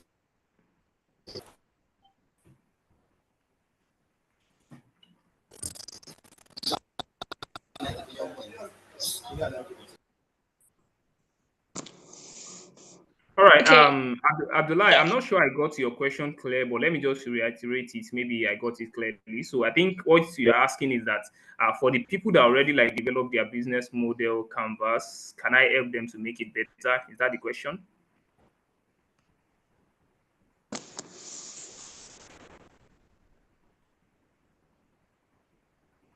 Hello, Abdullah. I think Yes, okay. yes, that's the question. All right. Yes, I do. I could help them to make it better. So I have a consulting service firm for startups, small and medium scale enterprise. So you can see my information display. So you can reach out to me via my email, phone number, or on LinkedIn. Then I can be able to assist regarding that. Yeah. Okay, thank you very much, sir. So the very last person, Mr. Agoha, are you ready now? Can you unmute yourself?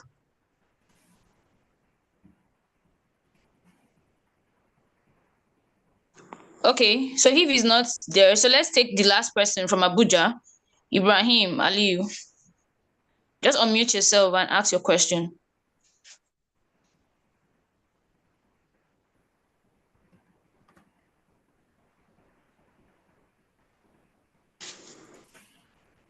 Please go ahead.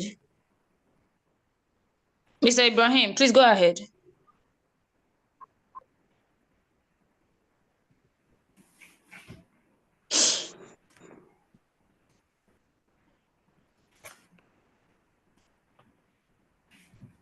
Oh, okay. So I think maybe he's not just on the call.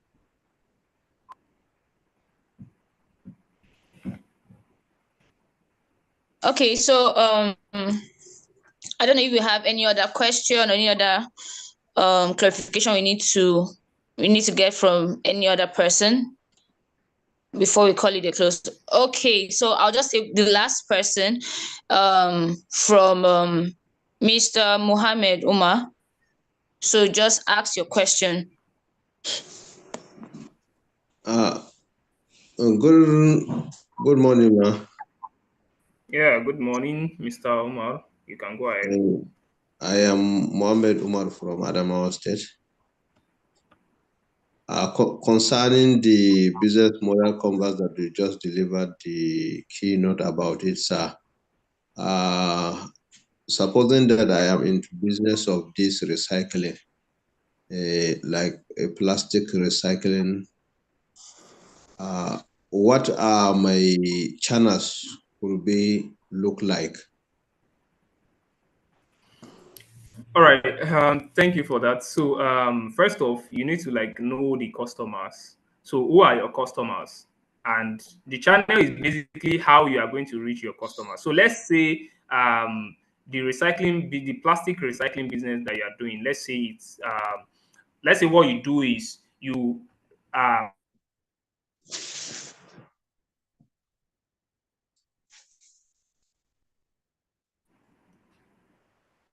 right.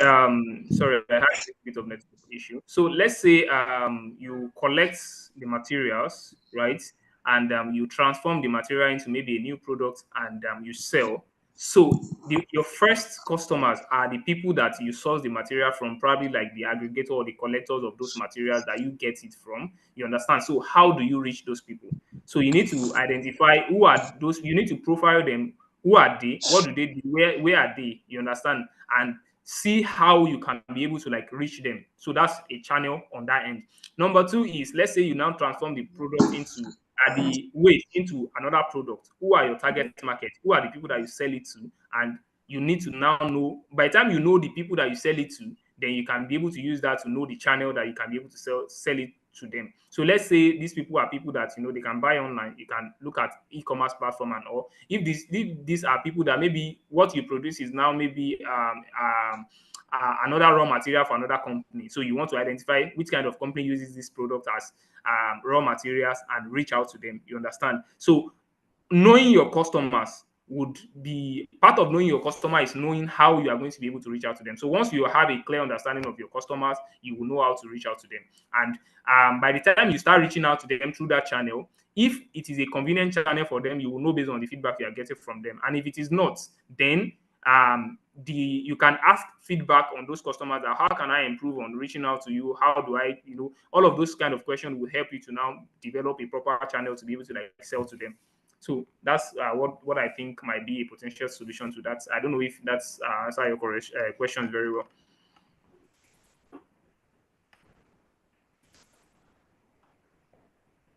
All right. So I think Fortune. I think someone said on the chat that he or she couldn't unmute. That's why she couldn't ask the question. So you might want to Okay. give the person. Yes, I'm seeing that. Fortune, can you raise your hand up again, please?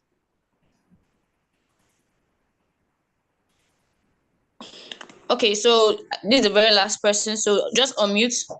You can unmute now. Okay, good morning again. Good morning. Yes, morning. So I don't know if this business model is the same thing as a pitch deck, or you're still going to talk about the pitch deck. The 9 elements of the business model, does it still apply to how to write a pitch deck, or it's a different thing altogether? Thank you. All right. Thank you for that. So business model Canva is not pitch deck. Like I said earlier, business model Canva is like a blueprint. It's not business model. It's not business plan, and it is not a pitch deck. So business model Canva help you to articulate your ideas, test your hypotheses and all, and you can be able to improve, because these 9 key areas are the element of what define a good business model. You understand? So that's on one end. Now, by the time you are able to get this right, you can use that to create your business plan. Now, this same business model Canva, by the time you are able to develop your business model Canva, you will be able to use this information to create pitch deck. Pitch deck is basically marketing material. Pitch deck is you presenting, you developing a particular script or a particular information to sell your business to be it investors, be it your customers, you understand, or maybe partners. So pitch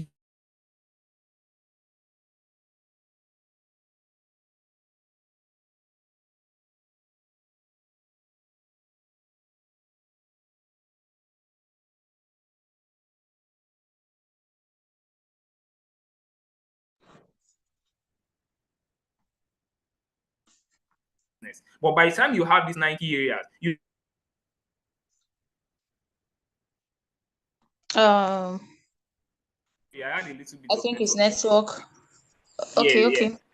I'm back now. So so once you have this business model Canva, you can use this 90 area to develop your pitch.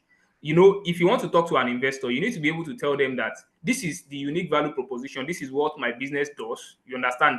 These are the people that needs the solution. This is how I am reaching out to them. This is how I am managing them. These are the resources that I am going to need. Now, it could be that if you are pitching to an investor, you might be able to now articulate in that particular area that these are the resources that I need from you. If it is a partner, you can now say this is where you come in. I need to source this kind of thing, and I feel like you are the best fit for me to work with. You understand? So having this business model Canva helps you to develop a good pitch because it helps you to have good understanding of your business, and you can be able to use that to pitch to investors and also pitch to partners and the likes, and you can even use that information to develop your business plan. Yes, but they are not the same thing. So it's just that one helps to make the other ones better. Yeah. Okay, thank you very much. Thank you very much, Mr. Abdul Gaffer. So on behalf of RecycleUp organizers, we say a very big thank you for this insight. So please, if you have any other question, you could just drop it on the chat box and it will be passed across. Okay, for the person asking about the slide, we will see what we can do about that. Okay, but this just note that this section is being recorded, so you could always come back to play and listen again. Okay, so thank you very much. So on this note, I'm going to call on Mr. Emmanuel to speak, please. All right, thank you very much, and thank you, Mr. Gaffer, for this insightful session. We sincerely appreciate you. And thank you for coming over and over and being part of each and every session we organize at EDEV and STSN. Thank you so much. Thank you. I will just quickly inform on some key things before we have the next session. The next session is on investors, pitch deck, and grant application. We are going to be having more information, and the next facilitator will be providing a detailed overview and insight as regards that. But to deliver some information in line to the timeline of the program and also the innovation, and also to talk about the pitch deck, because it's that same pitch deck that they are going to use to grade and do the final selection. So please, at this very moment which we are, it's very important for each and every one of you to be attentive. And though most of this information will also be sent to you, and I know Blessing is on this call. Please, Blessing, you can also note this while we also share with the successful participants for phase 3. So the very first one is the timeline, just like I mentioned. The bootcamp is holding today. However, the circular innovation process is going to start 4th of also today. And it's important, we've been talking about plastic recycling, and that's just it's not even up to 1/4 of what circular economy is or sustainable waste management is.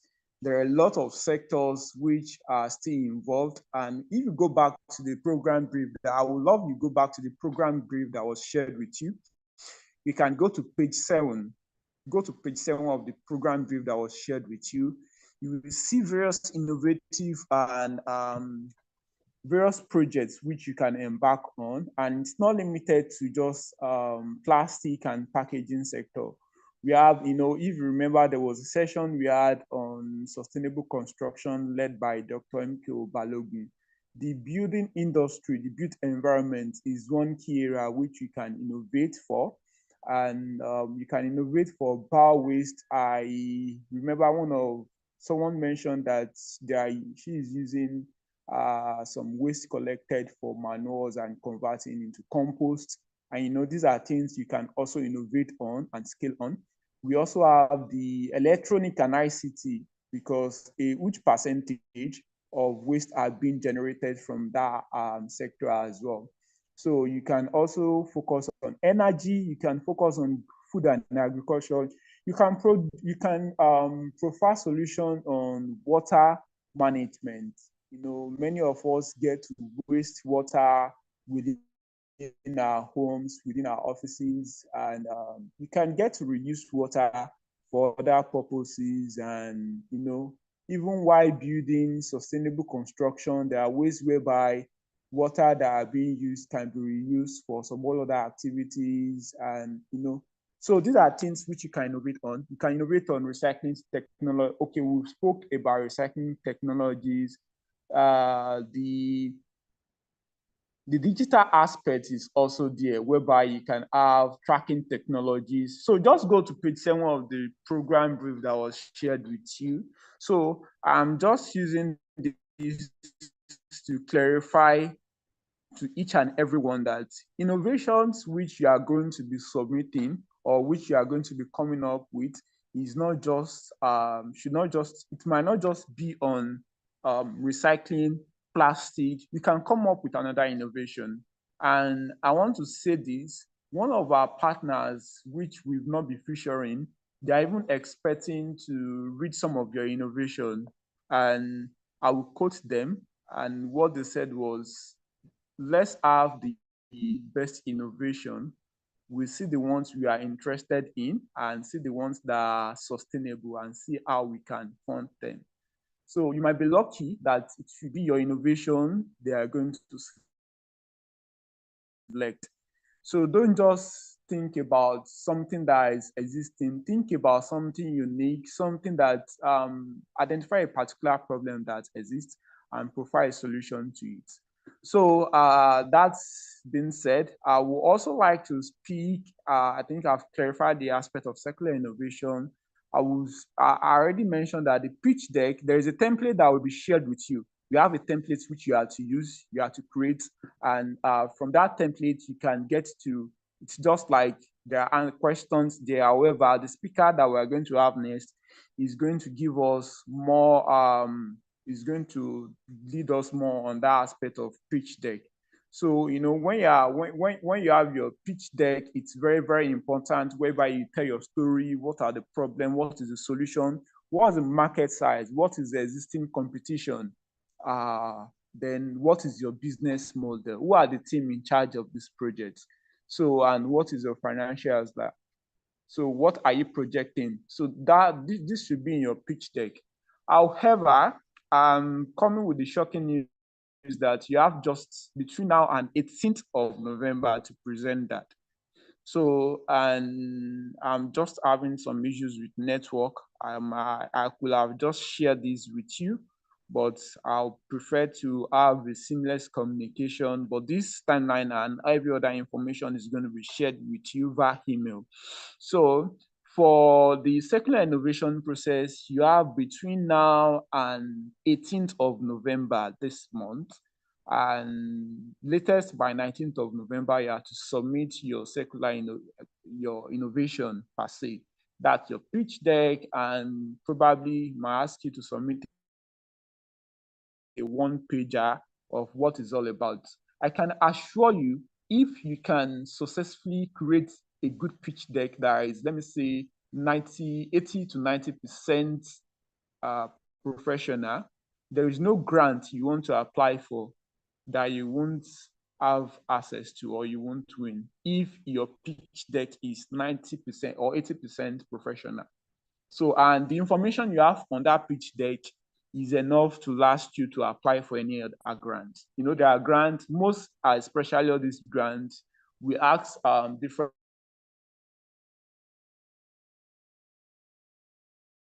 questions in different perspectives. But once you have that document, and you can get to use it for many, many, many other purposes.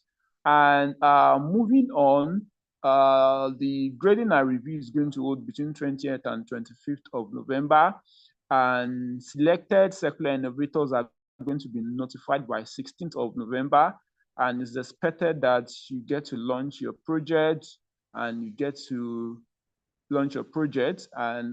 those who are going to be launching in line to plastic recycling under RecycleUp franchise too are going to be engaged from there.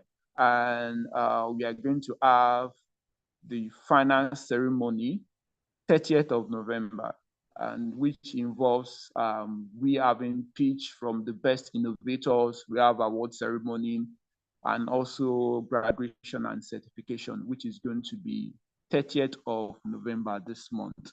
So these are the basic information I have for you, but most importantly, please, submission of pitch deck is 19th of November. We are very keen about dates. Please keep to this date. There won't be any extension. There shouldn't be any reason for you to miss the date. So I would like to take one or two questions before Mary introduce our next speaker for today. Please, you can confirm if Dr. Charles is online, and you can also make Blessing a co-host, Mary. If you see Dr. Sharks online, you can just so that he can prepare to share his screen. All right, I would like to attend to the questions. Blessing, you can unmute your mic and ask your question.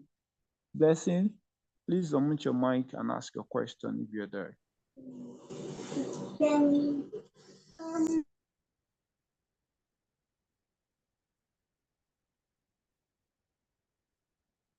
Hello, Blessing, are you there? Okay, let me just quickly go through the comment section. I can see some questions. The pitch deck, is it a group or a personal thing? It's a personal activity. It's not a team project. So, however, we are coming back to the case study development which you submitted once we are done with the program, because there are some activity which you are still going to carry out in line to that. But for the pitch deck, you have to submit individually. Please, it's very, very important. Sir, is the certification for everyone? Please, I would even love you, everyone, please drop your question in the comment section. And there is also a Q&A part which you can use to drop your question. So, no open questions. All right. So, but it's very important, or you can just use the comment section to drop your question. Then if there is anyone I have not responded to, I can pick it up and just read from there. Okay. Is a certification for everyone who participated in the program or only successful participants up to phase 3?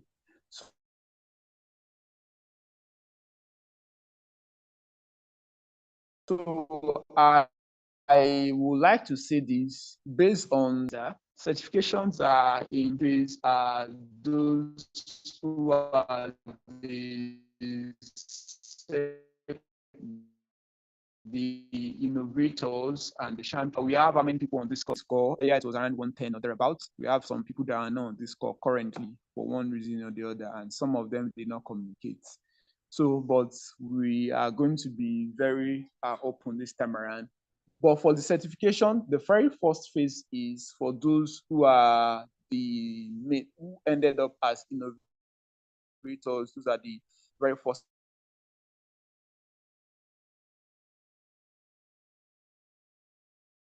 category. And sorry, I hope you can.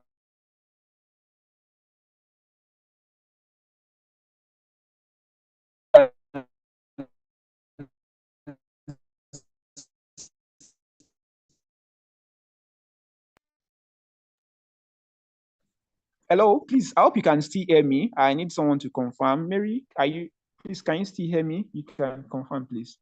I think you can speak. Yes, hello? yes, I can hear. All right.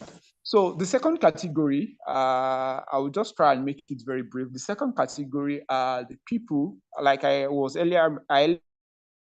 mentioned that we have like 104 on this call. Out of those 104 submissions, we can't promise, and it's based on what you submit. But the panel of judges are going to grade your pitch deck. They will see your innovation, and there are some people that they are going to be also certified based on excellence. In as much as you are able to proceed to phase 3, but maybe your innovation was not selected, you're also going to be certified based on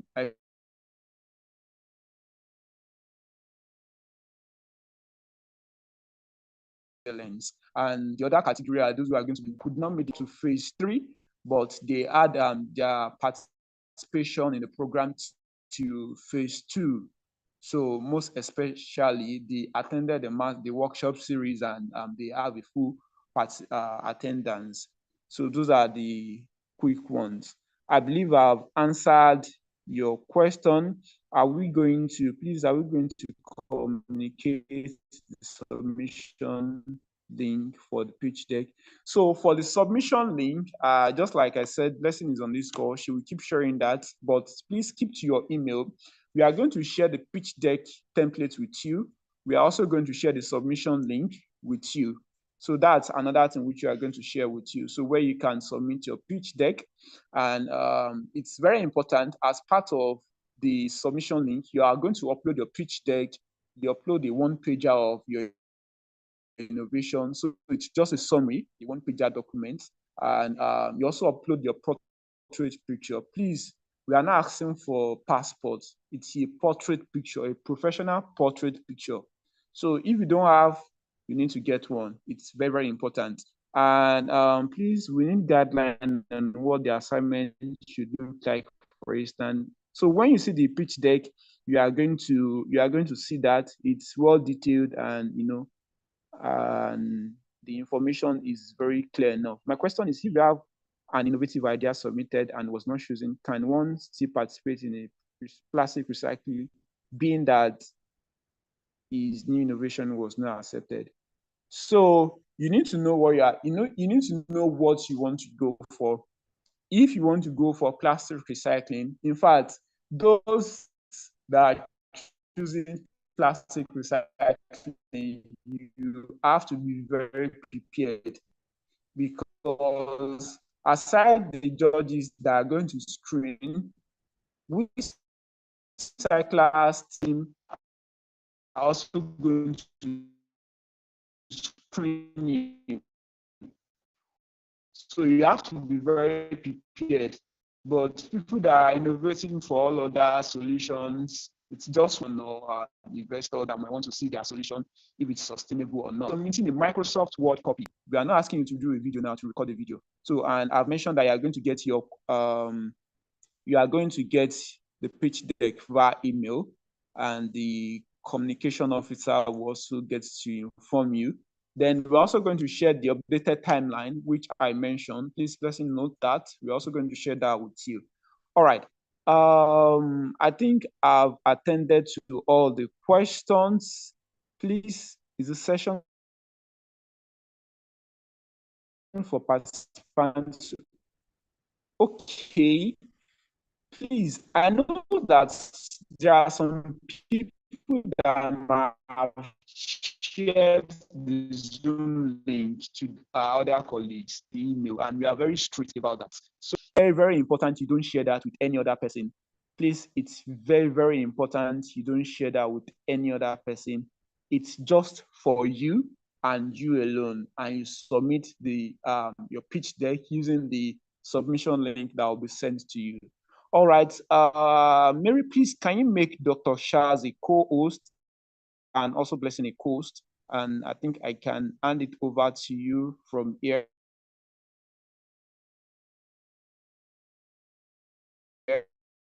While you introduce Dr. Chaz. Okay.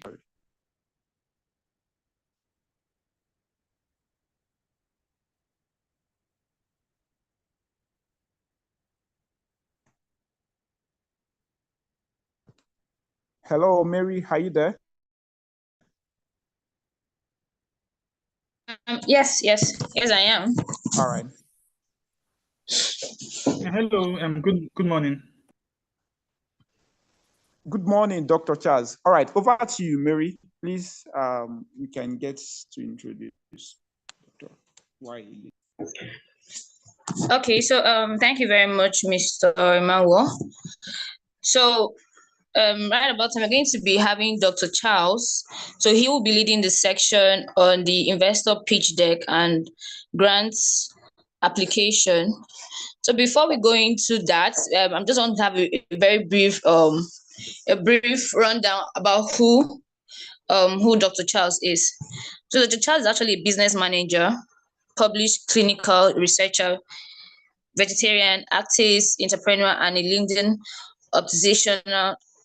optimization coach. So he has gathered experience across networking, partnerships, program execution, business operations, accounts, finance, recruitment, talent management, and various leadership roles. So he's currently the head of resource mobilization of the Murtala Mohammed Foundation. So where he drives fundraising efforts through programs and donor management across education, women's empowerment, governance, and humanitarian response. So he's also a volunteer mentor at Faith Foundation, AII, Deaf Africa, FAO VPP project, etc. So he has also managed critical projects in collaboration teams and organizations such as USAID, GIZ, FAO World Bank, RMI, VIDA, AfriMatch, etc. So he's also an alumni of the University of Nigeria and Nsukka, University of Ibadan, Enterprise Development Center, Lagos, Tekedia Institute, and Columbia Business School. So please let's make welcome Mr. Charles, please. You could drop message on the chat box or by welcoming him. Thank you.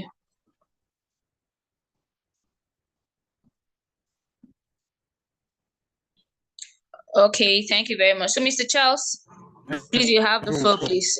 Good morning. Okay, good morning, everyone. Please confirm if you can hear me, Mary. Yes, we can hear you, but a little bit. Hello? It's yes, we can hear you. I can hear you. Okay. Okay, is it clear now? I think it was not clear enough. Is it clear now? Yes, it is. Do you want to share your screen, please? Yes, I will. Okay. Okay. Good. Yeah. Good morning. Let me get started. Okay, I'm joining with the council. So. Hello. So, confirm if you can see my screen, please. Can you hear me? Yes, it's showing. Yes, we can see your screen now. Hello. Yes, we can see your screen. Okay. Please, if at any point my voice goes off, I've been struggling with network. Okay. So please, if at any point my voice goes off, just let me know because I'm not looking at the chat, so you can just unmute and let me know, Mary. Is that fine? Sure. Yes. Okay. Thank you. So, good morning, everyone. My name is Charles Mishen. Like Mary said earlier, it's nice to be here once again. I don't know if this will be the same set or this is the same set of people I've presented to before, but I think this is my third time working with AI Dev on these aspects of training. I probably think this is my second time talking about grant applications, but in the context of this presentation, we're not just looking at grant applications as its own, we're looking at also investor pitch decks. Now, I'm aware that you've had quite a long day already, still Saturday morning, but I'm sure I was informed there was a session before this. So I'll try to make my slides kind of a bit interesting, less wordy, more engaging and more interesting that way. So to make it a lot easier, I kind of divided my presentation into three aspects.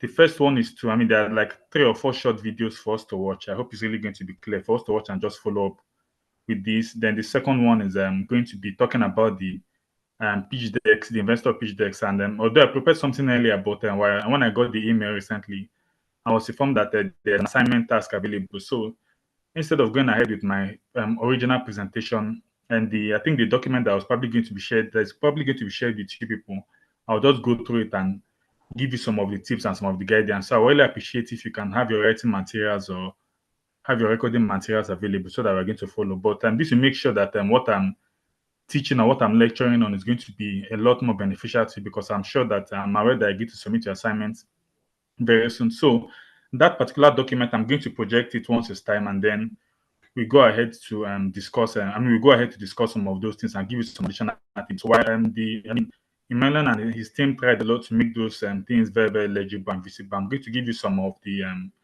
background knowledge that I might know. I've been in the grant space for more than 3 years now. In my last, I worked in an agri-tech firm before. Currently, I'm working in the non-governmental organization, the non-for-profit space, and I've been involved in getting grants from the USAID, from GIZ, the German Corporation, from the World Bank, from the Food and Agriculture Organization. So I've kind of been involved in a lot of the processes involved in grants. Total, I think to date, I've been involved in grants totaling about 500,000 US dollars across the energy sector, across the agricultural sector, and now we're going into the not-for-profit sector. And then there is a reason why we keep seeing the same names getting the grants over and over and over again. Somebody, okay, I think let me just share something for us to follow before we start the video. Please, somebody just send me an audio, okay? Hello?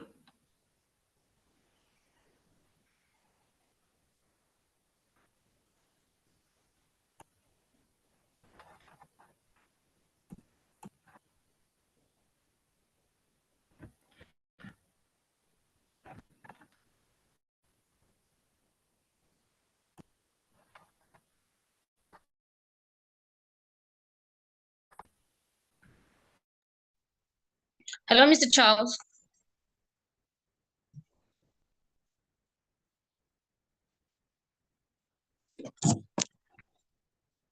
Hello, Mr. Charles.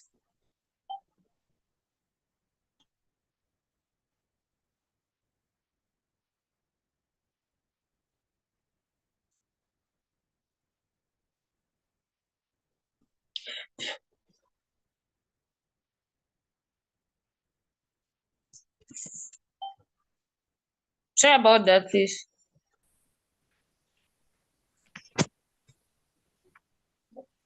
Hello, can you hear me well? Yes, we can hear you. Please, I kind of tried to join with my other phone. I'm in the waiting room, so just check for another Charles and let that one in, so that I think the audio is a lot better than this one I'm using. So there's a second Charles in the audio. In the waiting room. Okay. Okay, let me check that out.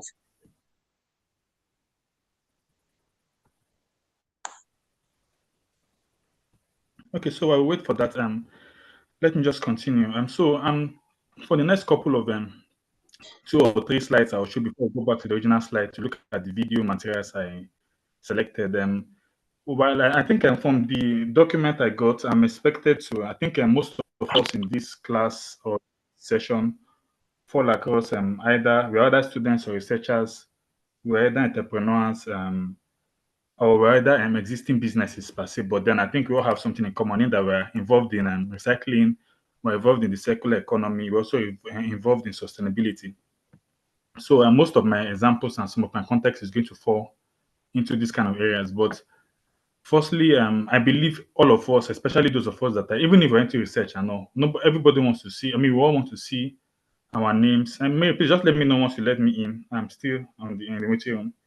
So we just want to be sure that our initiatives or our companies or our firms or our businesses are splashed on papers like probably the Sun newspaper, the Daily Tribune, CNN, BBC, and the likes. So you get something like this in this picture, very, very young people coming up to, I'm not even talking of Naira in this particular period. They're talking about You Recycle Initiative winning $100,000 grant. This was, I think, 2 months ago, August this year. And then the question is, what ideas did they have? So, this is a report you can probably go to, very, very interesting. It's something you can easily find online on Google. Then there is also, so this is not in the context of Nigeria per se, but then this just tells you that there are lots of awards, especially in the context of the environment. Everybody's talking about the environment. The moment you mention green, recycling, reducing waste, carbon, and every other thing, all those buzzwords and the likes, people kind of pick their ears. But the point is, if your business is in Africa or in Nigeria, or depending on the parts, what will you do differently? Why is it that these people are winning these things? So, I mean, you look at their idea and like, okay, I got this idea for my idea is better or something. But at the end of the day, what are they doing differently? What do you need to do better? And there is also the, I mean, this other part, you're looking at different organizations. And I mean, please just let me know once you let me in. Let me know if you can see me. Okay, so just a minute, please.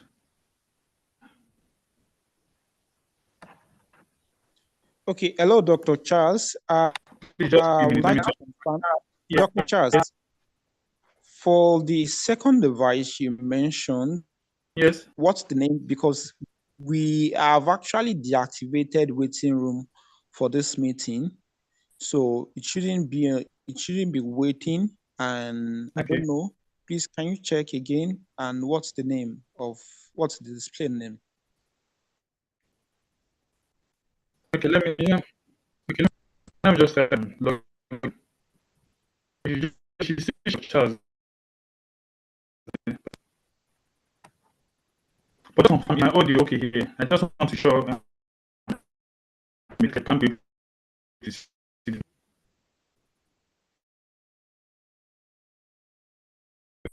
Okay. Okay, we have it now. So please, Mary, can you make him a co-host for the second Dr. Charles on the call?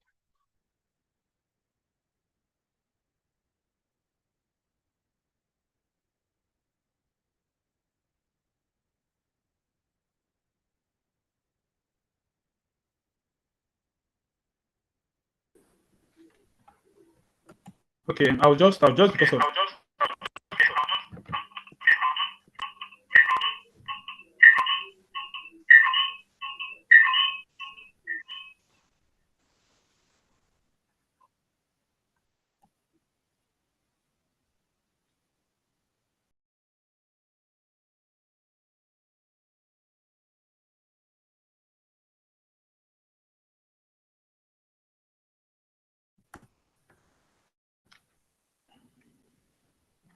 hello.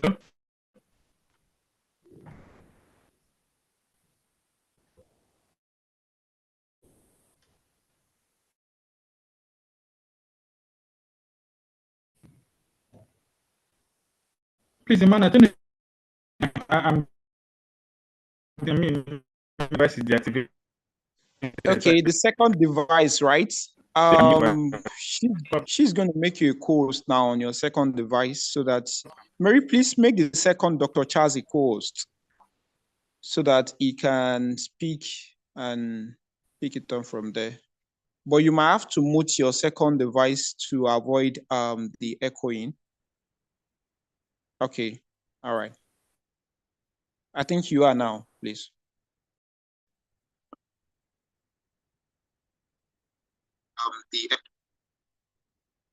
Okay, yeah. Please, can you hear me well now? Yes, perfectly.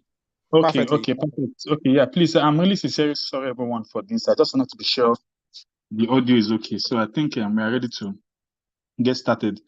So just to catch up on time, I recently just showed us some of the general presentation. I mean, some of the things we see out there, and you see young faces like this on my screen, coming out there, probably people below 30 with their fine uniforms, the fine smiles. And then you're asking yourself that, okay, what did they win? You had $1,000 and you're like shocked. That is almost probably close to maybe, a lot of money. By now, what's the innovation they're bringing in? And then you see the idea and you're like, I have this idea. Why am I not getting this thing? What are they doing differently? Most of the winners, not a bulk of them, but most of them are not just going out there to apply for grants randomly. They are not doing the same thing every other person is doing. They are doing something different. So this might not be the first session or the first lesson you've heard about in the context of preparing for grants or preparing pitch decks and the likes, but I'm going to make sure you understand some of the major generic tips. I've been involved in grants for about 3 years, and there's something we do differently that makes us get the money as against whatever that person does. So while there's a grant application and 500 people are applying for the grants, 2 people win, 2 people get the award, and then you're asking yourself, they are not better than you. What's that unique thing? But then I'm going to just share, there are lots of grants, there are lots of money out there, especially for the context of this topic. So when Emmanuel reached out to me earlier, and informed that this was the topic he wanted me to cover in the context of the recycling of Nigeria and the likes. I was like, okay, this is a very, very green area that there's a lot of money into, and let's see how we can position ourselves as well. Okay, let me just go back to my slide. So I said for the context of this presentation, I know we've had kind of a busy day already, so I'm going to make sure that it's as interactive as possible. And I think I have a couple of videos I want us to watch, so I'll just try to play the videos, and I just hope it will load. Okay, so I'm sure there are about 3 of them here. The first video is going to talk about, I think this is about 3 minutes or so, the pursuit of happiness. I'm sure most of us have watched it. It's kind of one of the most emotional and interesting videos I've heard when it comes to translating ideas to success. But this particular part talks about selling yourself. So I think I'll just play. And okay.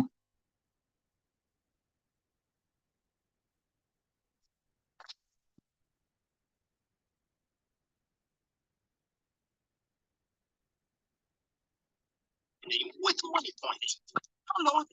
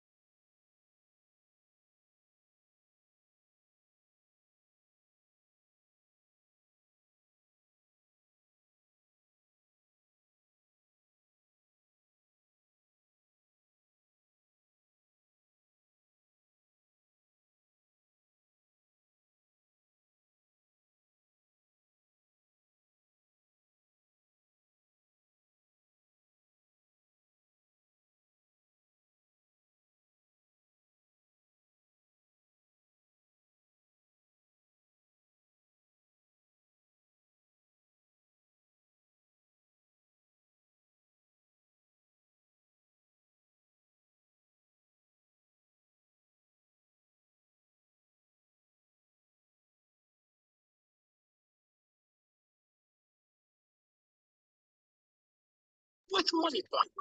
Y'all know the money point business starting out to get started.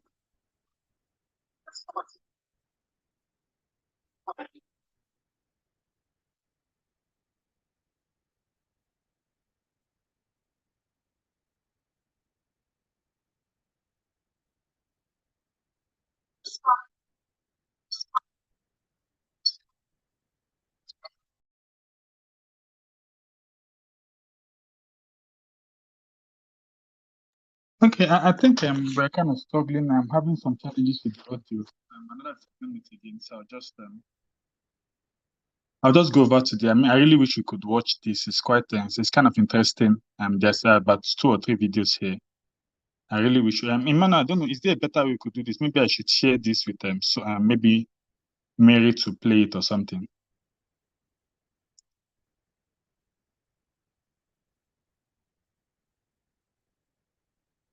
Okay, I guess I'll just continue with my presentation. And there are just some videos I really wanted us to.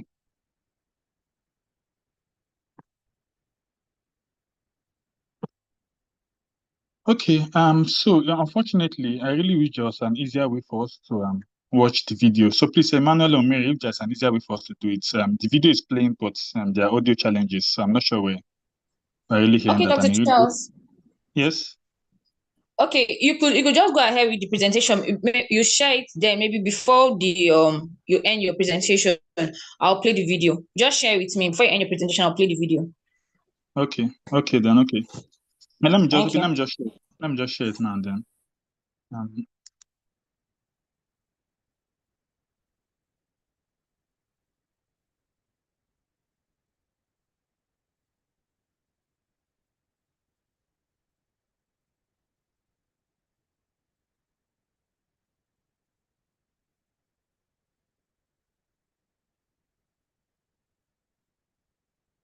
Okay, so Mary, I'm putting it the link to my presentation in the chat box.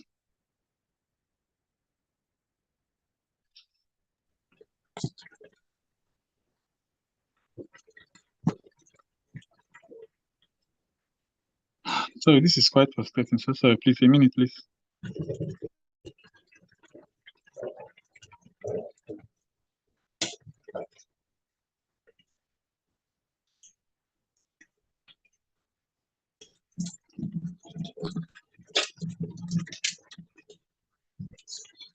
Okay, I've seen it. Is it possible to help me how will I put it? To help me project instead. So you share it instead of me sharing. That way it will be a lot easier for us. So I didn't get that. I say, will it be possible for you to help me share it instead? So that's you have the one projecting your screen instead of mine. So it's a lot easier for us to play it to your device. Okay, just stop sharing. Okay, thank you. I think I've stopped, so you can just no.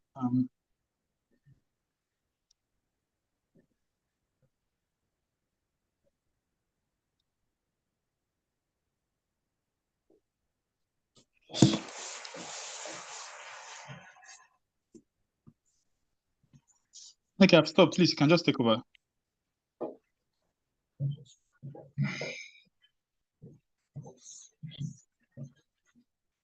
Okay, so just to cut down on time, so sorry about this. So while Mary works on sorting out these aspects. Okay, and I think she's sharing it already. So our main works in sorting out this aspect, I think it's very, very important for us to get this part. Yeah, so you can just go to the next one. Okay, so just click. No, it should be the second. No. There's a video before this slide 2.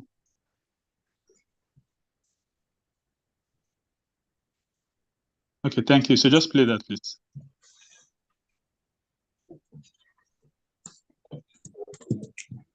Okay. Is it clear? Okay, we're still waiting for it to load.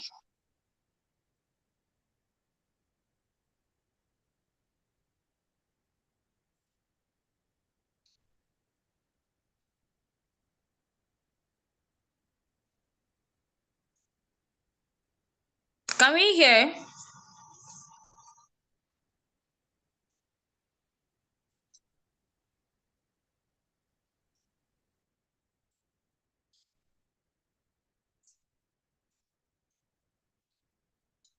Okay, I think that's going to really delay us. Mary, let me just continue my presentation. Okay, so sorry about this.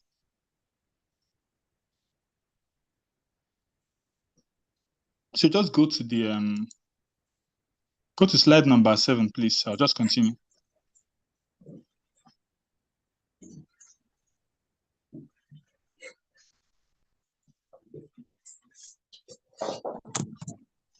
Okay, so please, for everyone else, I shared the presentation on the.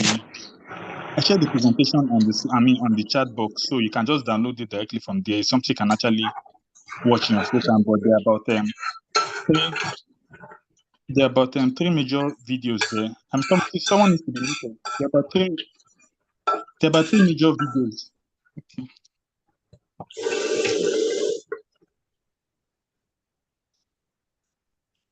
Okay, there are about three major videos there that are very important. The Pursuit of Happiness video I wanted us to see talks a lot more about Okay, Mary, please, you might need to mute yourself, Mary, please. I think it's kind of distracting, Mary.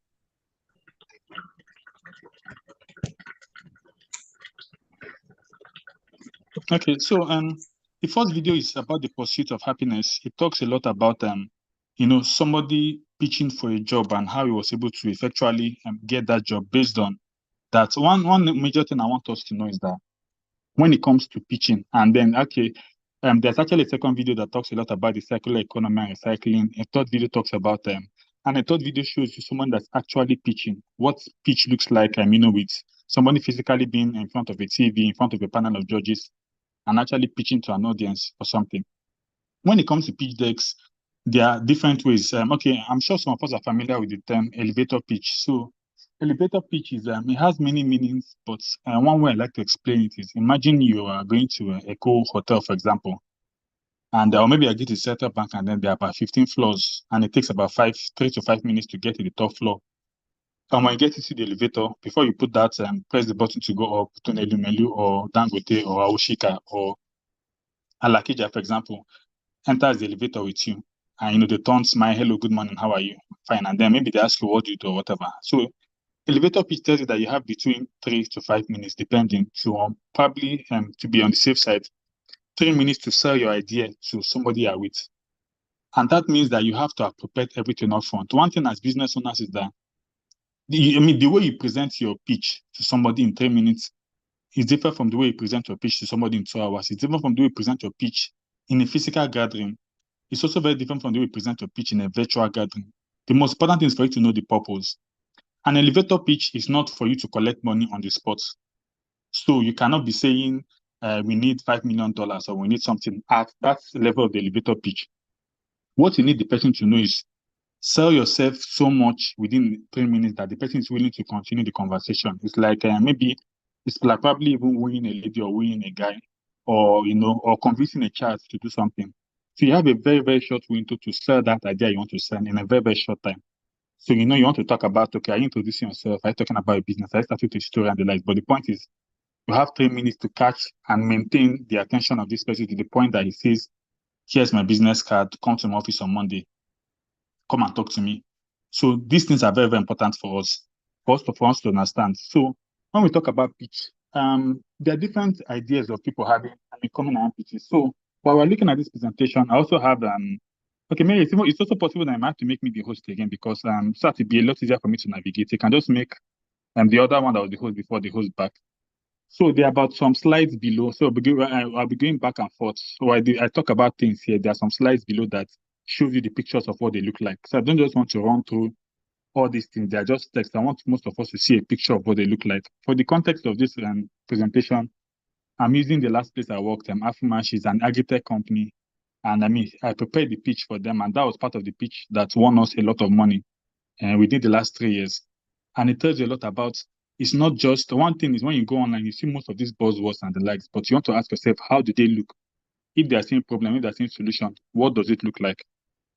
And the like. So in the context of pitch deck is a way for you to contextualize your entire company. If you've been there for 20 years, 30 years, 40 years, 50 years, even 5 years or 1 week, tell your story in a limited number of slides. Now, one major thing you need to know is that when it comes to pitch deck, you are not just presenting. You need to have a particular context. Who are the people that you're presenting to? There are some pitch decks or there are some presentations you might need to make to subordinates of the people that are making a decision. For example, you want to pitch to Tony Elimelu, for example, and you're talking, okay. So I think one important thing for us to know is that in the context of pitch deck, it's very, very important for us to understand the people we're pitching to, understand the audience and the likes. But we're just going to rush through parts of a pitch deck. First off is introduction. You want to be able to talk about your business in a brief solution. Mary, please, can you just go to, okay. Yeah, Mary, please, can you go to the next slide, the slide below it?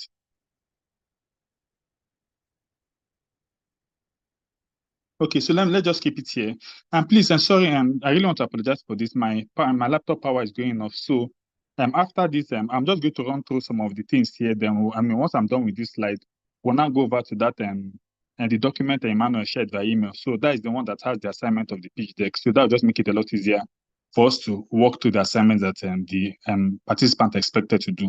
But I'm just going to rush through this. So looking at the pitch deck, the slide I shared before talked about the flow. There's the introduction, the problem statement. You need to address a particular problem. There are too many things. If you come out and say you want to solve world poverty or world food hunger or something like that, it's quite too big per se. So you need to be able to break them down. There are different ways to go about that. Next is looking at the solution.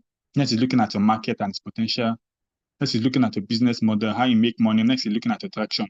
When we go over to the next slide, Mary is going to share for us. It's going to actually give us more information because that resource has been broken down a lot. This is a sample problem statement versus solution. And one thing we need to learn is that when you're preparing pitch decks, pictures tell a lot more. The more you have text in your pitch decks, even if you're making a virtual presentation or a physical presentation, the more it might tempt you to start reading through that. And people don't want you to, even if possible, people don't even want you to be looking at your presentation as you're talking. Now, remember that most times, people in the best position to pitch a company are actually the CEOs or the founders or the co-founders of the company. The next best people that actually find themselves pitching are actually those in marketing departments, those in programs or project department and the like, because these are public-facing departments. So depending, that's if you're looking at a very, very large company. But one thing is, as a CEO, you should be the best person to be able to sell your company to anybody, no matter what. Now, this company, for example, are in the agri-tech space. The problem, I mean, they're in the agricultural space, but the context is looking at using technology to offer solutions. So let me just go through it. In the context of a pitch, the picture shows, number of farmers in the community, number of farmers in the probably particular region and the likes. And then what are the three major problems? There are lots of problems out there. But this particular company says, as far as we're concerned, poor agricultural decisions that farmers are making. Okay, should this person plant here or here? When it comes to your case, it could be in the context of recycling. People take sachet water, they take bottled water, they fling it through the windows, they fling it outside, and wells are clogged, gutters are clogged, and the like. So it could be part of the problem I'm looking at. The company also said in terms of the quality of inputs, whatever people are supplying to the farms, people are getting maybe substandard products and the likes. You could also talk of the context of packaging of, just identify some of the major problems, low productivity. So there are problems. And so when it comes to the problem statements, there are the problem statement aspects, and then there are the problems themselves, and then the consequent effects. If people are, materials are, if people are packaging or if materials are made with non-biodegradable substances, for example, that might be a problem on its own. The another problem might be that the fact that people are indiscriminately throwing refuse or disposing of these kind of things in a weird way, probably throwing it on the road. That's another problem of its own. Then what is now the consequence effect? So you're not just looking at the problem itself. I'm going to go and rush through the solution. It has a flow. This is the context of what you meant. This is the problem itself, and this is the effect you are seeing. For example, there's flooding. What causes flooding, for example? For those of us that are familiar with Nigeria and Lagos State, which is very, very prone to flood. But some other places are prone to flooding because of the fact that they're very, very close to the river basins, or very, very close to the river. Some places are prone to flooding because of indiscriminate refuse disposal or indiscriminate building. So, for example, you are building in a place there's a waterway. When you build, you obviously block the waterway. When it falls, the water doesn't have any other place to go. So it flows into the residential area. So there's a flow from the context of what you can see to the context of the environment itself, to the context of the consequence effects. Now, when you're bringing in your solution should come from either the problem itself, addressing the problem, or even addressing the consequence effect, especially if the problem is not something that you can easily remove. For example, this company, I've talked about what they plan to do up there. Now, in the context of the solution, anybody that sees this picture has a general idea, a mobile solution. Why? Because they're seeing a hand holding a phone. They are seeing some emojis or some stuff pointing to the phone, and they are looking at the text. So before I even start explaining, you're like, okay, all these problems these guys have talked about up there, they're looking at how to use technology or use the mobile phone or access to the internet to update it. So like I said, pictures tell a lot of stories for you. In the context of this company, they said, okay, these are all the challenges we are facing. These are the problems. So what are we doing? We are coming with the mobile phone. Now, what can the mobile phone do for us? The mobile phone is very, very mobile. It can be everywhere. They have the mobile applications there. They have the online customer service agents still with the phone. You can call them still with the phone. They have the field agents, people that are going to the communities to actually put boots on the ground to understand what is going on in the communities and the like in the context of agriculture, still with the phone, and then USSD. So this company is basically a Jumia, but for agriculture. So the same way you can order for your laptops and on your phones or your devices online and it gets delivered to you. This company has seen that you can actually, they've brought a solution whereby you can order anything agriculture online, whether it's chicken or goods or fishes or pesticides or chemicals and the likes, and it gets delivered to you. So that is the major solution they're looking at. So if I were you, or another reason our advice is, one of the best ways to do your pitch deck is to, by the time you look at the guide they're going to share towards the end of this, you have to just go to your Microsoft Word first and start writing out everything you can think about. Whether you want to use AI tools or you want to use talk to your clients. Sometimes what I usually advise is, if you have a business or you have one or two or three people interested in the same thing you're doing, you guys should have a roundtable discussion. Brainstorm ideas a lot. Look at how you're going to present it. So when it comes to the solution, so when you're done with the Microsoft Word or the Google Doc aspect, you now pick from that and build your PowerPoint. It's very, very important because you don't just open a PowerPoint and start putting your pitch deck. No. Naturally, you should have your business plan. You probably even have your executive summary or one pager. You probably have your other supporting documents as well. Then probably have your story well written down. So the Microsoft Word should be as bulky as you can. Then it's now from the Microsoft Word that you pick out stuff, summarize them, and put them in your PowerPoint. That is what is going to make it a lot easy for you. Now, for example, if you decided to prepare something like this and packed all the words and you have to start moving the words, by the time I present, you don't have anything to fall back on because of the context of the words you've done before. So you're just working with this. So I think it's very, very important that for me, normally, if I were to do something like this, and when I did this, I was the one that designed this. So when I did this, I had the Microsoft Word part. Before the presentation, I actually go to the Microsoft Word, not to the slides itself. That way, I understand all the stories in the document that I can talk to people without even looking at the slide itself. So when it comes to your solution, you want to be as how will I put it? You want to use pictures to appeal to people. Let it be that even if there's no audio and somebody just, because one important thing you need to know is that when you're applying for grants, you need to submit your grant application. Before you get to that stage, you have to talk. A lot of things have gone through. First of all, they're doing their due diligence, they're checking out everything. One important thing is that this particular slide you're sending to them, you are not presenting it as you're sending it to them. They will look through it. So if it's not appealing enough, now some slides do not necessarily have the table of contents or the flow as you would have expected.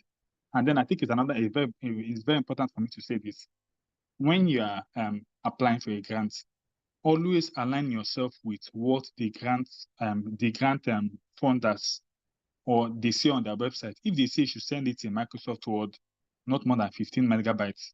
If you send it as PDF, even if it's 5 megabytes, you are going to be disqualified because there are many people applying for that. So before you get to that stage, that you're even making a pitch presentation and you're talking, is quite a lot of work to do. So please, one important thing is, even if as I'm saying this, as I'm doing assignments, assume and understand that when you're presenting for pitch decks and the likes, always align yourself with what they say you should do.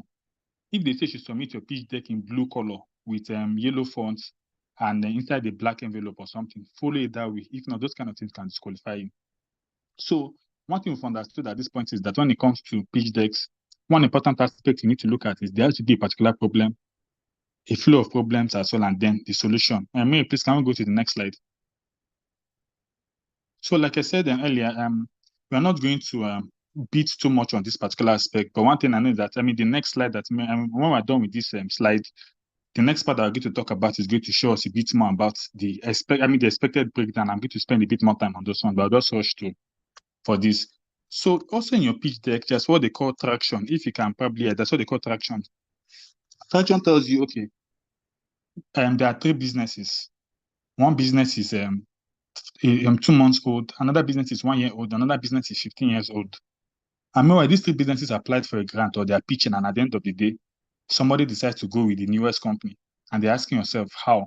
Sometimes the traction could actually even be impact figures, it could be impact, it could be performance. There are different ways to put it. But then the traction could be for example, a 15-year-old company that is making a very, very small amount of money with a smaller user database might not be as impressive as a company that started 2 months ago that has even opened in 2 or 3 regions with probably a marginal user base, but they have kind of made a lot of money, or they've not made money, but they have a lot of people adopting them. For example, if you were to, for those of us in Nigeria, for example, when they started with the Big Brother show and then, the Abeg guys came up, I think back then, I think it was GoCada or some of these ride-hailing apps that came up there, or OP, and most of the mobile money and the likes.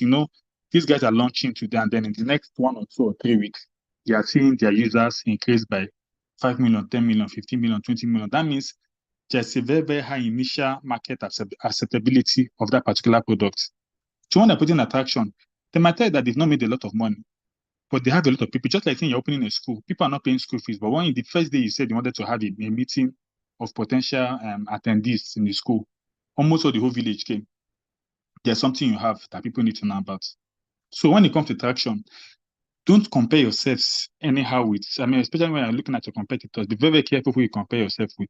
Push the numbers that, kind of to a very, very good advantage. For example, if you've not made a lot of money, you've not had maybe too much people adopting, but at the end of the day, you have a very, very good logistic network. Probably you've delivered a lot of products. Let's say a drop shipper, for example, you work from home and then you deliver a lot of products just from the comfort of your home. Of course, you don't have an office. You might have a staff of 3 or 4 people. But in the context of the volume of products you delivered across Nigeria or whatever, that is a lot. So the traction, and so people look at it depending.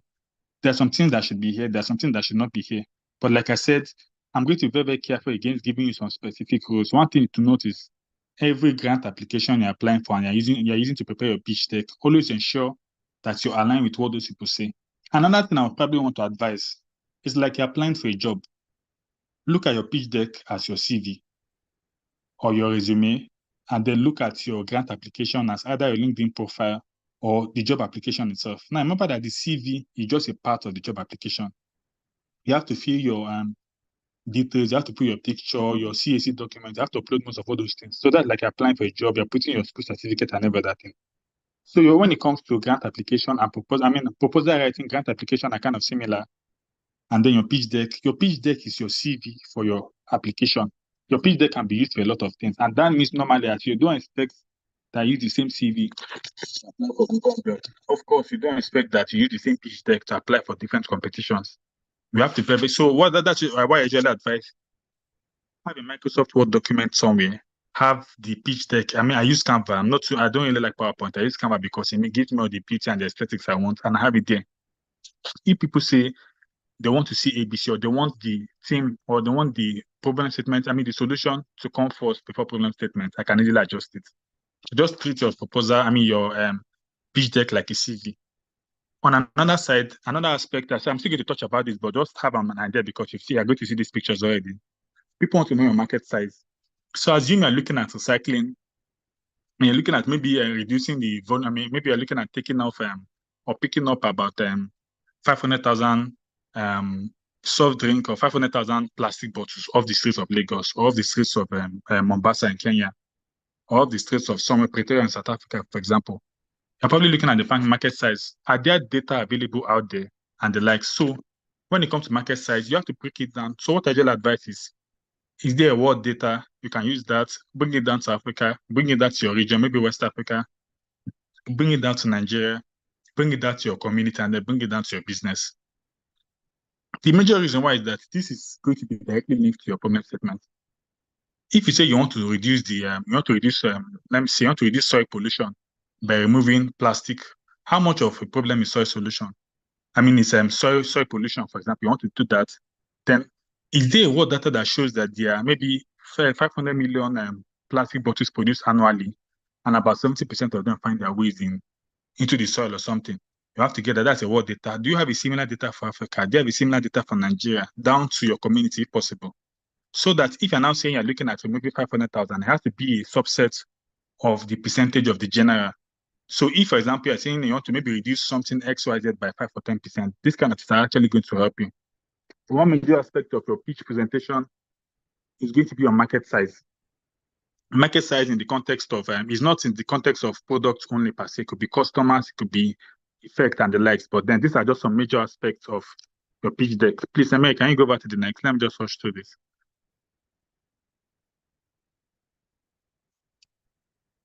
Yeah, next slide, please, Mary. Okay, I'm coming. Okay. Okay, so look, continue with the parts of pitch deck. What we're showing this is that instead of including that other slide here, I just said let me do this a bit different. If I was using my laptop, if it hadn't gone off, I would have just moved across both slides. But I'm just going to finish this first, then we'll go over to the other one. So it's going to be a lot easier for us to do our assignments. So when you look at parts of a pitch deck, I've talked of the problem statement, the introduction, and the last. We're still going to sit in the other one that we're going to share. But this time around, we're looking at another aspect of your pitch deck, and I'm going to probably, let me just give us a short story here, is your team. Who are the members that make up your team? Now, one smart thing some business people do is there's what you call advisors or board of advisors. It's different from board of directors. It's different from board of trustees. When we started our company back then, I think 2018 or so, we had very, very few people. They were not notable. So it was just the CEO and the co-founder Then we had this somebody doing marketing. I mean, there were no senior members of the team. So if you had a team structure like it's going to show here, I'm probably going to see 3 or 4 or 5 people. You don't even know who they are. So what we decided to do when we started getting ready to push ourselves out there was that we decided to go and search for what we're going to call it's in 2 ways. We had a team of advisors. I know we had a team of advisors, then we had an official advisory board. They are kind of 2 different things. Team of advisors, naturally, people advise you get somebody. Every business, most businesses that win these days are very, very strong on finance. They are strong on impact in terms of community and development and the likes. And then they're strong on I think what the third one. And then they're strong on technology. Yeah, very, very important. Very, very strong on technology. So almost anything I'm pushing out there, technology helps us scale. So if you even have a very, very good tech team, that actually helps. But let me just give you a short story. So back then, we had probably some members of the church or some members of the community, but people that are kind of notable, a bit notable in the community that were kind of naturally higher than a CEO. So let's say a CEO, you studied the banking and finance, for example, and you want to go into recycling. Imagine you had a friend based in one of the biggest, maybe Ford Foundation or Makoto Foundation, that have done a lot of work in recycling, or you had 1 or 2 or 3 notable people. They might not be the biggest names out there, but you talk to them and like, this is the business I have. Can I be coming to you for advice once in a while and everything? And they say, okay, yes, it's not a contract. If I have time, I'll respond to you and everything.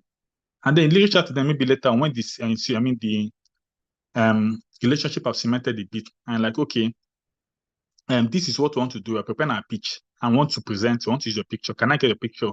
Seek their approval and put it there. So at the end of the day, from a company having 3 or 4 people that were still basic or startup level and the likes, we had an additional line above our names that we now call them members of the, not board of advisors, just advisors. So just advisors then. And then you see this person is big in agriculture, this person is big in finance, this person is big in technology. That meant to an extent, even though it was not fully corporate, we had a bit of oversight.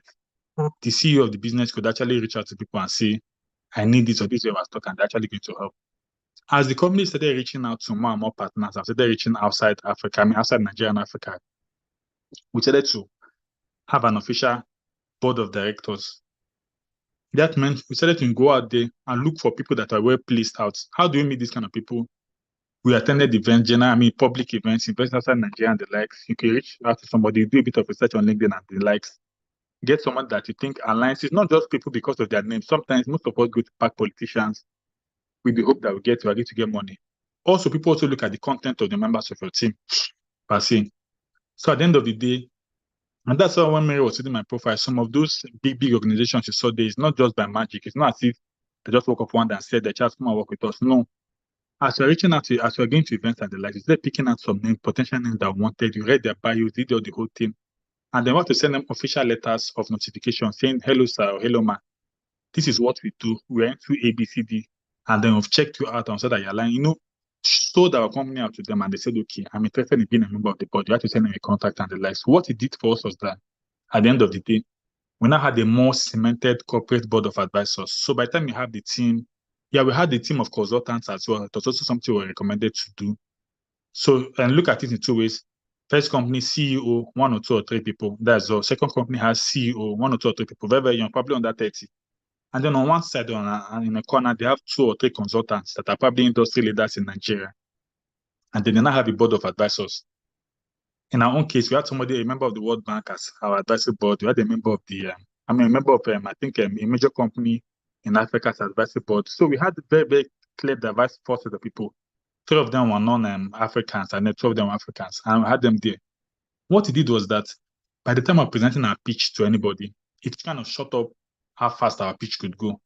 The moment people see the pitch and they say, okay, let me look at the team first. Okay, CEO, co-founder, head of operations, this one, and then it's okay. And they see the members of the advisory board. But of course, it was also important because what we found out was that we started applying upfront, but we found out that we're not really getting much. And then we reached out and then we got feedback that our members of board or whatever, there's no public statement or anything that shows that they're members. So we could have just put their names there. So we had to go back to our board members to inform them that we're going to write a specific LinkedIn article about them, informing the world that they're members of our board. And then these guys are going to share it on their platforms. And probably some of them even went as far as putting it on their bio, putting it somewhere that they're members of board or advisory board for this particular company. And that really helped a lot. So An important part of your pitch deck is actually your team structure. You need very, very good pictures. If possible, just putting your name and your position is not enough. If you're the CEO and maybe your name is Shola Jumoke or something, and you're the CEO, that is not just enough. One thing that I had to learn is that the competency of your members, the members of your team, is also important. If you have a head of finance that has spent 5 or 10 years across fintech or finance department or whatever, not to put that in bracket underneath the person's name, 5-year plus experience across ABC, this 1 year's experience across this one and the likes. But I think so. This is just a bit of the plans around looking at parts of the pitch deck. Marketing and sales is also important. Financials is also important. The use of funds, how you want to allocate your investments. If you're asking for $500,000, $500,000, for example, it's not just enough to ask for the money in the pitch deck. They want to see where does the money go into. Are you planning to put 50% into marketing, 10% into technology, 5% into human resources, and maybe 4 or 10% into inventory logistics? Very, very important as well. Then the next one is looking at competitive analysis. You have to be able to identify competitors that are around you, and then how sometimes when you put competitors, someone first put competitors as our enemies. I've been at a pitch presentation where after presenting the competitors, I think it's going to be in the next slide. After presenting the competitors, somebody asked me, which of these your competitors can you work with? So sometimes your competitors are not necessarily your enemies. If possible, it's those in your area that you can actually partner with to get a lot of stuff. Most people are beginning to have 2 or 3 organizations in the same space come together to do a particular pitch and the likes. Then milestones, risks and challenges. Ask is the exact amount of money you really need, and then the appendix. But let's go to the next slide, please.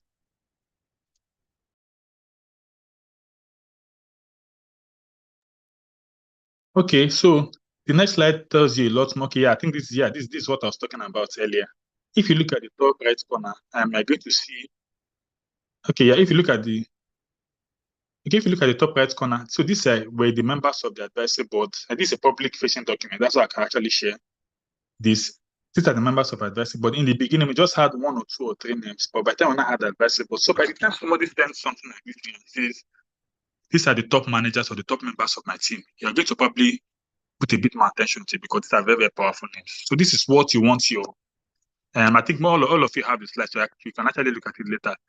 This is what you want your team structure and your pitch to look like. Get defined pictures, get the proficiency, the competency level and all for each of them. People that look at it say, okay, if possible, go ahead to even put the LinkedIn pages or the LinkedIn link as a hyperlink under the names. That means the moment you put your pitch out there, anybody can actually click on the link and check them out. On the left side is how I also like to present my competitive landscape. People want to know your competitors. If you're into the recycling business or you're into the research business or you have a particular business, maybe you produce drinks and looking at recycling them, it's not just enough. Yeah, okay. It's not just enough to inform that your competitors are 1, 2, 3, 4, 5. No, it's not. You can't just put out your competitors out there. That means you've not done competitor research. That's what we call competitive landscape. It means you have to categorize your competitors. Like I said earlier, this particular company I'm using, for example, a Jumia for agriculture. What do they do? In the introduction, they're an e-commerce company that offer e-commerce products or services for the agricultural market. So naturally, you assume a competitor of the company is Jumia, Gigi, and the likes. You also assume, but then Jumia and Gigi are competitors, but they are not competitors in the agricultural space. Jumia and Gigi are probably even falling a lot under accessories and gadgets and the likes. While they have agriculture, it's not a major point. So if you can look at that now, you see almost your Mr. Shola or Mr. James or Mr. May now, so that sells chemicals or sells hoses and cutlasses or sells fishes in the market is also a competitor. So you can't just list Jumia and then under Jumia you're listing Mr. Shola's market, another Mr. Shola, you're listing Mrs. Jane's Mrs. Jane's shop and the likes. That means that's what we call a competitive landscape. And when you're talking about competition, that's now where your unique competitive advantage comes up. At the corner there, top right corner there, you can see what their unique advantages are. So for this particular company, we decided to split it into 4. Now it's an e-commerce marketplace. That means we don't handle physical cash. So unlike Jumia, you can't just go and pay physically. I think they produce pay on delivery. That means everything has to be online. So a particular competitor is who are those in the business, in the particular e-commerce space that do online businesses. Gigi is there, Jumia is there, Konga is there, Alibaba is there, Amazon they are there, and all well and good. Okay, perfect. So if you look at it, so if it's like a course, competitive landscapes are kind of like a course. There's the up, north side, there's the downside, there's the east, there's the west, then there are now the pockets. Yeah, just that I can't point now, but I'm going to just see if you look at where Jumia is at the top left corner. On one side, it says they are not focused on farmers. Jumia is not focused on farmers in general. And then Jumia also does online transactions. What are the competitors? Who are the competitors that fall in there? Jumia is not really focused on farmers, for example. Konga doesn't focus on farmers. Gigi doesn't focus on farmers, but they can even find some of Gigi's products like that similarly. So for the competitive landscape on the top left corner are non-farmer focused online transactions. Now on the top right corner is usually where you fall in. And that is very important for us to know. So that you don't just randomly put your own business in the competitive landscape anyway. And it's also important that when discussing competitors, you also put your business there. Like I said, this is just one picture, but I can even spend 30 minutes explaining this picture alone. So the company is here, Afromatch there, and as it's at the top right corner. At the top right corner, the company, like I said, is online transaction. They do online transaction, and they are focused on farmers. That's why they're at the top right. It's on the same side as Jumia because they're all online transactions. But the difference between the company and Jumia is that while both of them are online transaction companies, Jumia focuses more on non-farmer products, while this company focuses on farmer products. That's why it's there. Now, if you look at the bottom part, they are now the offline transaction, places that you can go to do cash. If you've noticed, none of the e-commerce companies are there because e-commerce naturally means you're not looking at exchanging as much cash as possible. Now, and then that's when I have maybe the agents, the guys that have shops in the market, and all those other ones there. And the company now said, okay, how do we stand out from all these other guys? We have an online marketplace. You can buy from us. We focus a lot more on farmers. We also try and support our farmers. We're driven by technology.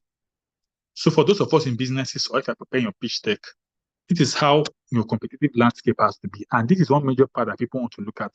Another thing I usually don't like adding is that are there competitors that you can actually collaborate with? Are there competitors that you're even partners with? Very, very important. And that leads us to the slide at the bottom left corner. Looking at your support system, that's what I usually call it. Now, when it comes to partners, there are different kinds of partners. Some people want to put MTN as a partner because they're using MTN recharge cards. Some people want to put UBA as a partner because they're banking with UBA. Those things might not be bad. But one thing is usually very, very good to also recategorize your partners. But say, well, some people don't really want to see this in pitch decks, others want to see it. But these are generic information. It's important to just align with whatever the founders are asking you to do. Now, for this particular company, we decided to break down. We've gotten a lot of funding in the past, and most all the companies at the north side or above are companies that actually give us at least $1, and there are quite a lot of them. So we've gotten funding from USAID, we've gotten from GIZ, from Tony Melu, Innovation Hub, Ventures Capital, Rocky Mountain Institute, Oxfam, VFD Bank, and the CTA Seed Fund. So these are all the people we've gotten funding from, and they want to break them down into funding partners per se.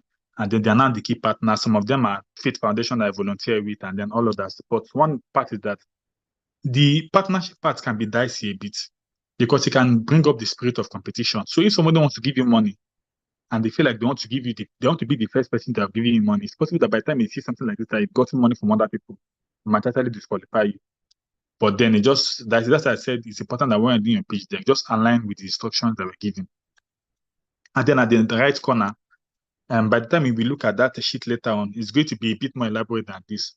But normally, when you're asking for money, that's what they call the ask, the ASK. When you're asking for money, it's very, very important to ensure that you segregate how you want to spend the money.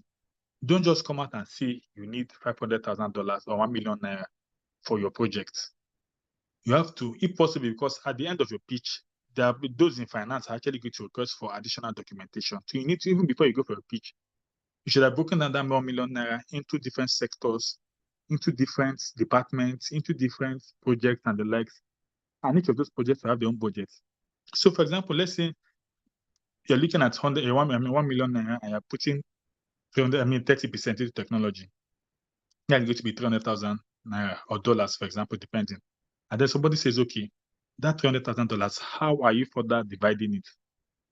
You should have a sheet, an accompanying sheet that says out of the $200,000, 150 is going to buy a laptop, 50 is going to hire 2 people, this one will do this, this one will do this, this one will do this. So that by the time you're done with the pitch, and then they say you submit your financials, you are not going to take a week or 2 or 3 weeks. So most times it's actually good to have done all the groundwork and all the paperwork. This pitch deck is usually some of the last parts you've done. For you to have an existing business, you should have your finance details, you should have your bank accounts, you should have your executive summary, your business summary, and the like. So please, it's very, very important that that's why you could ask for ₦1 million and I could ask for 10 million naira. Your company or your business is 10 years old and mine is just 2 months old and I'm getting the money because there's some rules to be followed. And Mary, can we go to the next slide, please?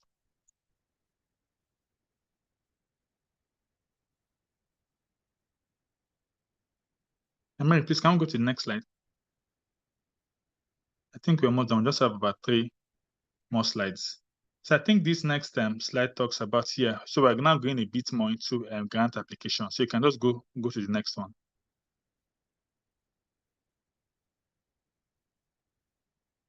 Yeah. So when you talk about pitch decks, you talk about grant writing, you talk about proposal writing. Grant application, you talk about proposal writing. Let me simplify it for you. Your pitch deck is like your CV. Your grant application is like applying for a job. That place you click that you have to fill in lots of forms that can take a day or 2 or 3 days. Your proposal writing could now be like writing a cover letter. So when you're writing a proposal, these are, probably like persuasive documents that you need, especially for funding or for support.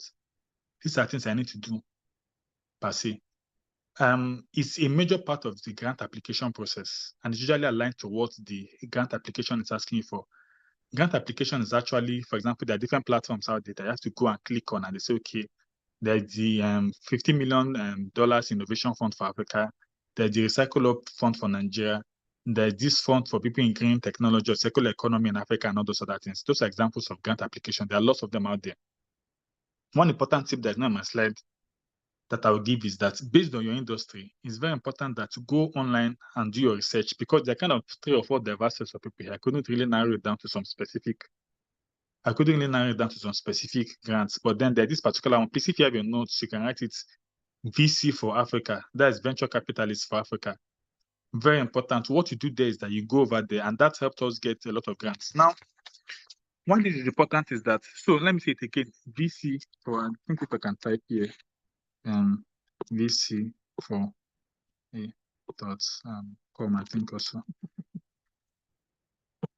Okay, so just check the chat. I've put it there. You can just go online to Google it. But please, it gives you an option to apply, to update your company online. So you're even companies that might never have a full website, maybe just a LinkedIn page.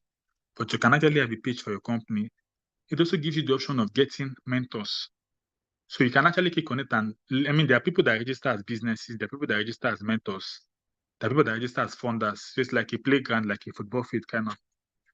So when you present your business, you can actually reach out to 1 or 2 or 3 mentors. If you're very, very smart and strategic, those mentors can end up being your advisors. And because they're in that system, by the time you're applying for any fund or grant within that system, the moment they can recognize your advisors or your advisors as members of their system, it's very, very easy for you to get that grant. So please, VC for A, I think it's VC for Africa. I've been with them for about 2 years or so. Very important. You have to go to the platform. So as I think your details is scoring you. So by the time you're done, you could tell that company A is 80% over 100. These are the different areas and then see how to present it. So what we did back then was, it took me about a week to complete that process. You put in your financials, and then a particular part is going to tell you what you ask, how much do you need, how have you broken it down, your budget and everything. By the time you upload it there, then I think they reached out to us and said, okay, they liked our application and what they're going to do, they're going to put us out there. So that means, and then they're going to matchmake you. That's another thing that's very important. So if you see in the recycling space, the moment money a particular fund, a particular competition, a particular grant comes up, instead of you spending every weekend going to go and hunt online, you just get an email. Hello, RecycleUp. Hello, Recycle Nigeria. Hello, bottles for hire. Hello, this one for this one. We saw this fund or we saw this grant and we thought you might like to apply. Check it out. So they've done all the work for you. So there are similarly what we call accelerator platforms, incubation programs, and the likes. You go through a set of a vetting process to make sure that you are who you say you are and everything, and they now matchmake you. So if you are very, very, no, I think you're very, very smart, but I think one thing that these guys that win do different is that they position themselves to win from the get-go. So when it comes to grant writing, grant proposal writing, why do you want to apply for grants? There are different reasons. One thing is that when you talk about grant writing, a lot of people just think about getting money. It's not just about getting money. for me, I even prefer, and one of my major strategies focusing on grant writing that focuses more on collaboration and partnership with impact than money. Because I've seen people that have given us money because we are working with this person or because I need this particular project, not because we're even collecting the money from them. So you've had cases of, and then let me just say this. Most businesses and most for-profit businesses and most organizations have a budget that they earmark every year for giving out grants to the public. And if they've not gotten enough ideas or not people reaching out to them, sometimes they either recycle that money the next year or they could not even give it to the government. It depends. It's just some private information. So one thing that there's money out there, but what you need to do is find out how do you position yourself to get that money. When it comes to grant writing, one thing you need to look at is funding is obviously very, very important. Funding is obviously very, very important as well. The programs is important. If you say, okay, you want to go around 50 schools or so, educating people about something. Sometimes when it comes to programs, the programs that have started already, programs, okay, I don't know, maybe some people are saying they can't see the slide, although I can see it, but I hope that's not a problem. Maybe they can refresh or join again or something. And then another aspect of grant writing could be to acquire material and technology for classrooms. For example, so imagine you want to get maybe 50 computers or 100 computers for 5 schools in West Africa or so. You can actually write proposals too. You can actually write proposals to sister companies for that. Those things are very, very important as well. Then another part is also innovation. Another part is professional growth. So when you talk about the grants and the like, the focus alone is not just for money alone. I mean, when it comes to grants, a lot of things come into play. So okay, please, I think just Mary is probably going to share the link later. I can't really share the link again now. But then when it comes to grant writing, be very, very careful so that people don't assume that you need money. One thing I would also like to know is that for the context of what I've learned so far in my years of experience, when you're pitching out ideas, you're applying for grants and writing proposals, and they can see your country is Nigeria, most of the international donors are a bit extra careful because people have made it a business of, okay, thank you, Tolu. People have made it a business of going out there and looking for any grant and speaking good English and using ChatGPT to do something good, and then the money goes in there. And one other important aspect, and I think I missed this out when I was talking about the team structure. And this is for that are positioning ourselves for bigger grants. That's what they call due diligence.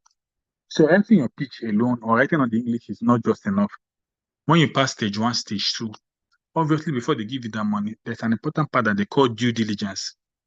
Due diligence means if your name is Emmanuel and you're the CEO, they will go and check your WhatsApp page, your Facebook page, to check your Twitter page. In fact, some of them, as applying for some of those grants, they're asking for the social media handles. I saw a particular case of a CEO that, had a very, very wonderful presentation, had a very, very good business idea. But at the end of the day, had a very, very good presentation, a good business idea. But at the end of the day, when they checked the social media, they found out that he was used to, that he had like 2 or 3 marriages. And then each time he experiences a divorce or something, his wife takes about half of his property. And then he was well positioned. He had a very, very good business. So the concern was that if this man is still in the decision-making power or body of the company, and they give him this money, with what they were seeing online, by the time he divorces his next wife and she takes half of the property, their money was going to be in jeopardy or something. So they kind of had to stop. Then some of these organizations are a bit touchy when it comes to some topics. Maybe it comes to gender or talk to women empowerment and the like. So some of the things you post can actually disqualify you. This is why you might have the best idea in the world or something, and not asking yourself what happened. There's been a particular case of maybe it's probably siblings, so it's maybe a family business, and you're having the father, the mother, the son, the daughter, and all those ones positioning themselves there in the team structure. And they said, no, we cannot give it to you as a family. It has to be different, or we need 2 or 3 or 4 members. I've seen some people that have gotten funding because they had a very, very good diverse set of people in their company structure. They had Igbos, they had Yorubas, they had Hausas. It was a Nigerian company. They even had, I think, maybe a Ghanaian or a Kenyan joining the team. They had a good blend of old and young people. They had a good blend of different experiences. And another important thing was that when it came to their pitch, they focused a lot more on it, not even the solution they had. They focused on the fact that they had a very, very young, a very, very dynamic team there's no idea even that they couldn't look through. The Kenyan person is bringing an experience, the person from the east, from the north, from the south and west. The other guys are talking from experience. The younger guys are talking from execution based on technology.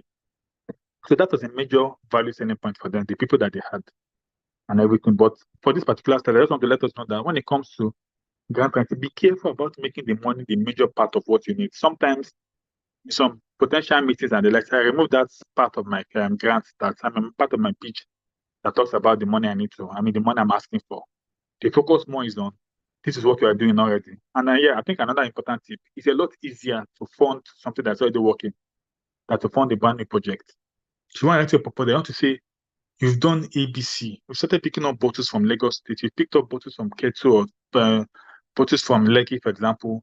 For the past 2 or 3 or 4 months, you've picked up 50,000 bottles. Now you need 50 million naira to buy this machine, to buy this recycling, to buy a bus, to buy to buy this thing. So whether they give you the money or not, your business is still going to continue. It's a bit different from saying, if you don't give me this money, I'm not going to take it and the world is going to suffer. So you can have 5 or 10 ideas that you want to pitch, put in your pitch deck, you want to propose. But when it comes to the one you're applying for, seeking funding for, it's a lot favorable sometimes when you're looking towards a training topic or something that you have a bit of experience over. Can we go to the next slide, please?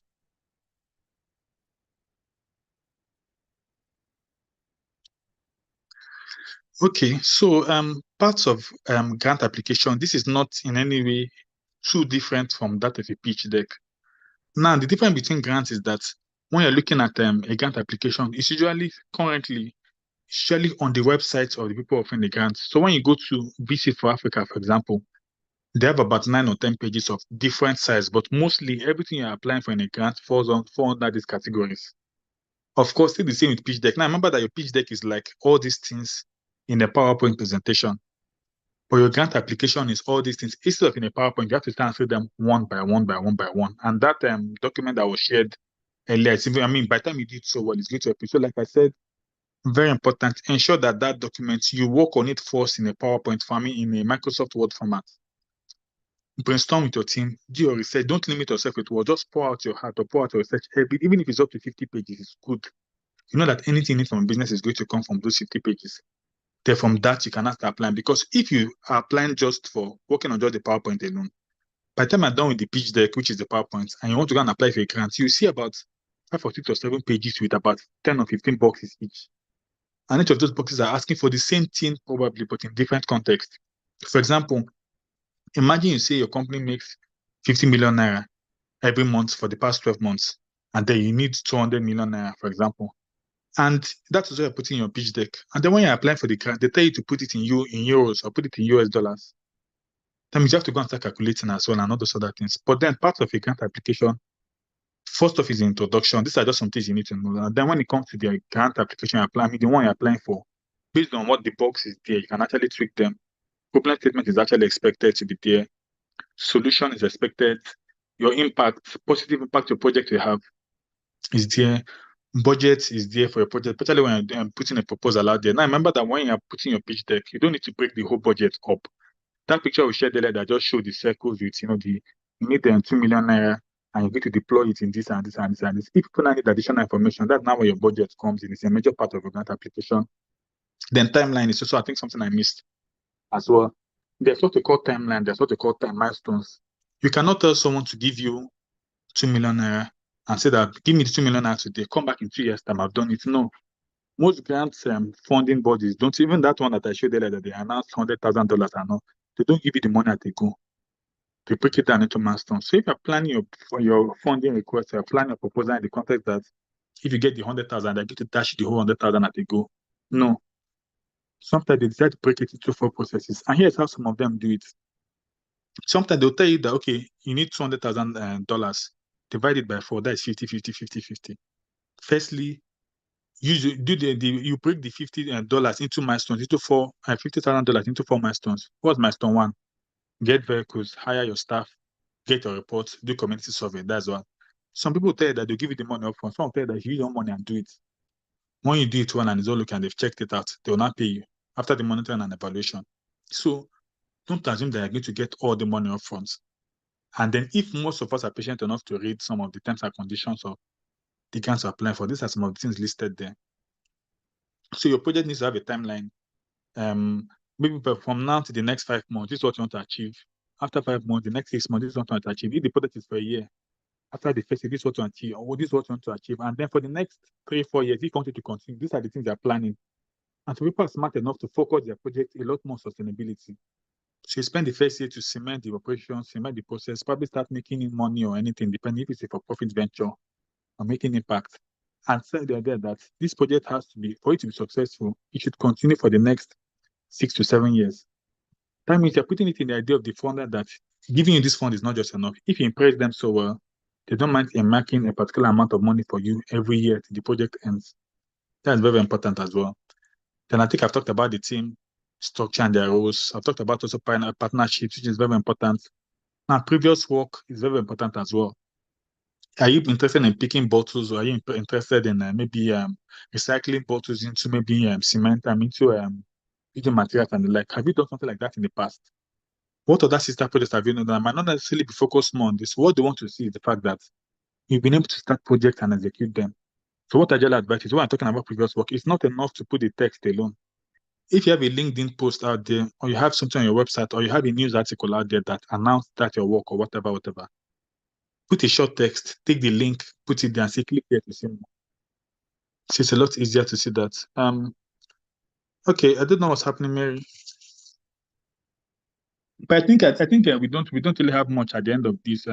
So this is just basically looking. Mary, I don't know if you are still here, so that I can let me share the final slide for me to go to. That is Emmanuel, that slide that shows the pitch deck assignment that the team are supposed to work on. It's still sad that we're unable to watch the videos, but I believe all of them, you guys have access to the slides I shared earlier.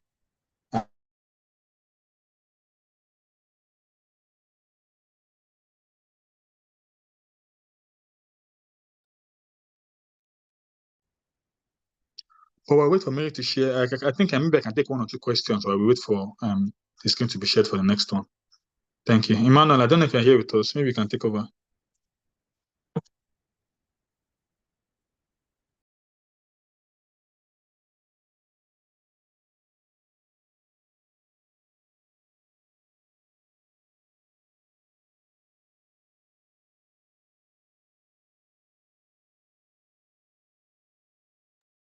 Hello, please. Is anyone here?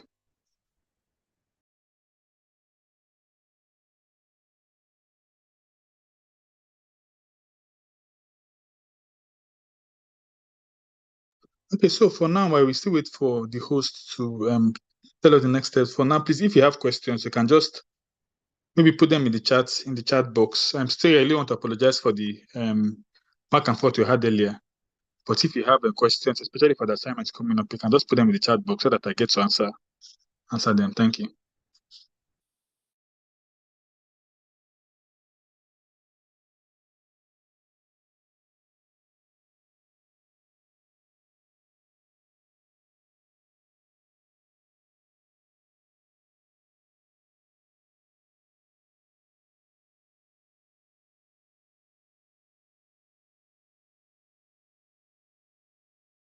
Okay, thank you very much, Miss Dr. Charles, for this session. Something happened just now. Let me confirm. Okay, Mary, you can carry on now, please. I think she went offline, so she was not a host. There's no how she could speak. All right, over to you, Mary. You can carry on, please. Okay, sorry about that. Okay, thank you very much, Dr. Charles. That was indeed a very wonderful section. So without wasting much time, please, I don't know, if you have a question, please, you can just do that by raising your hand and I'll call you one after the other. So please, your questions should be direct. Please just go straight to the point and it will be answered, please. But in case of network, you could just drop your question on the question box and on the chat box and it will be answered.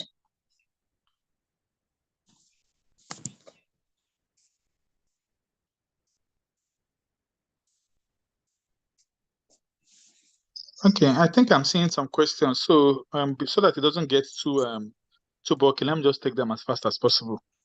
So Benga was asking for someone writing the pitch deck for the first time, what's my advice? So first advice I will give you is, okay, it's very, very good that you listen to this session. What I naturally do is, first off, I think YouTube is one of the fastest teachers that we know.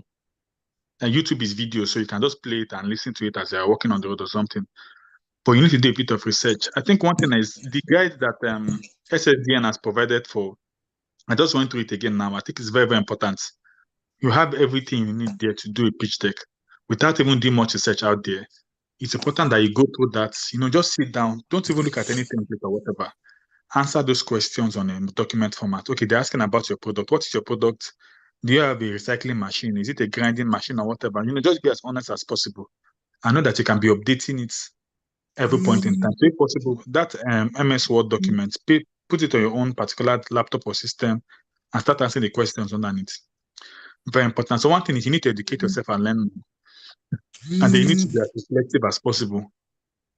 Go through your business plan, and I believe you should have had a business plan as well. But the point is, get a full story of what you need about your business. So first off, I would say it's research and then honesty. Do your research online on one side, then also use that format to prepare what you have. And another thing I also advise is YouTube videos are very, very important. There are lots of pitch decks out there. It's almost going to be very, very difficult to get the exact one you need because there are too many. But you could go online to YouTube and say, okay, pitch deck examples for recycling businesses. Recycling is a big area for those of us into recycling, and there are lots of materials like that online. Somebody asked about business case, business plan. It depends on the context, and it also depends on the person asking. So, business plan is actually a document on its own that has, just like a proposal, has its own sort of preparation for the life. For business case, I'm not really sure about that. For Abel, the art of pitch deck is it's a template. Yeah, I think another thing I forgot for Benga's question is, if you go to Canva, canva.com, it's a design tool. They want someone else to design my slide. You can actually go there and search any templates. If you're having a wedding, you can search wedding card and it can give you up to 100 wedding card examples. And you just click on it with your graphic designer, put what you want, and it makes it a lot easier for you. So there are lots of pitch deck templates out there on Canva. Ideally, you can also go to Google and just search free PDF templates. You either want to say PDF or MS Word or whatever, but there are lots of them out there. So just look for the one you like and download it. You can now work on it. And for Rashid asked about two clarifications. Where one partners with a competitor, okay, and also talked about listing competitors. Is that necessary for a non? Yeah, okay, very, very, very, very smart question, Rashid. Very, very smart question. So I moved from the for-profit space to the not-for-profit space, and the context changed. Coca-Cola could easily mention Pepsi and mention, could easily mention Pepsi and maybe could easily mention Pepsi, for example, as their competitors. They could mention a juice company as their competitors. Now, in the context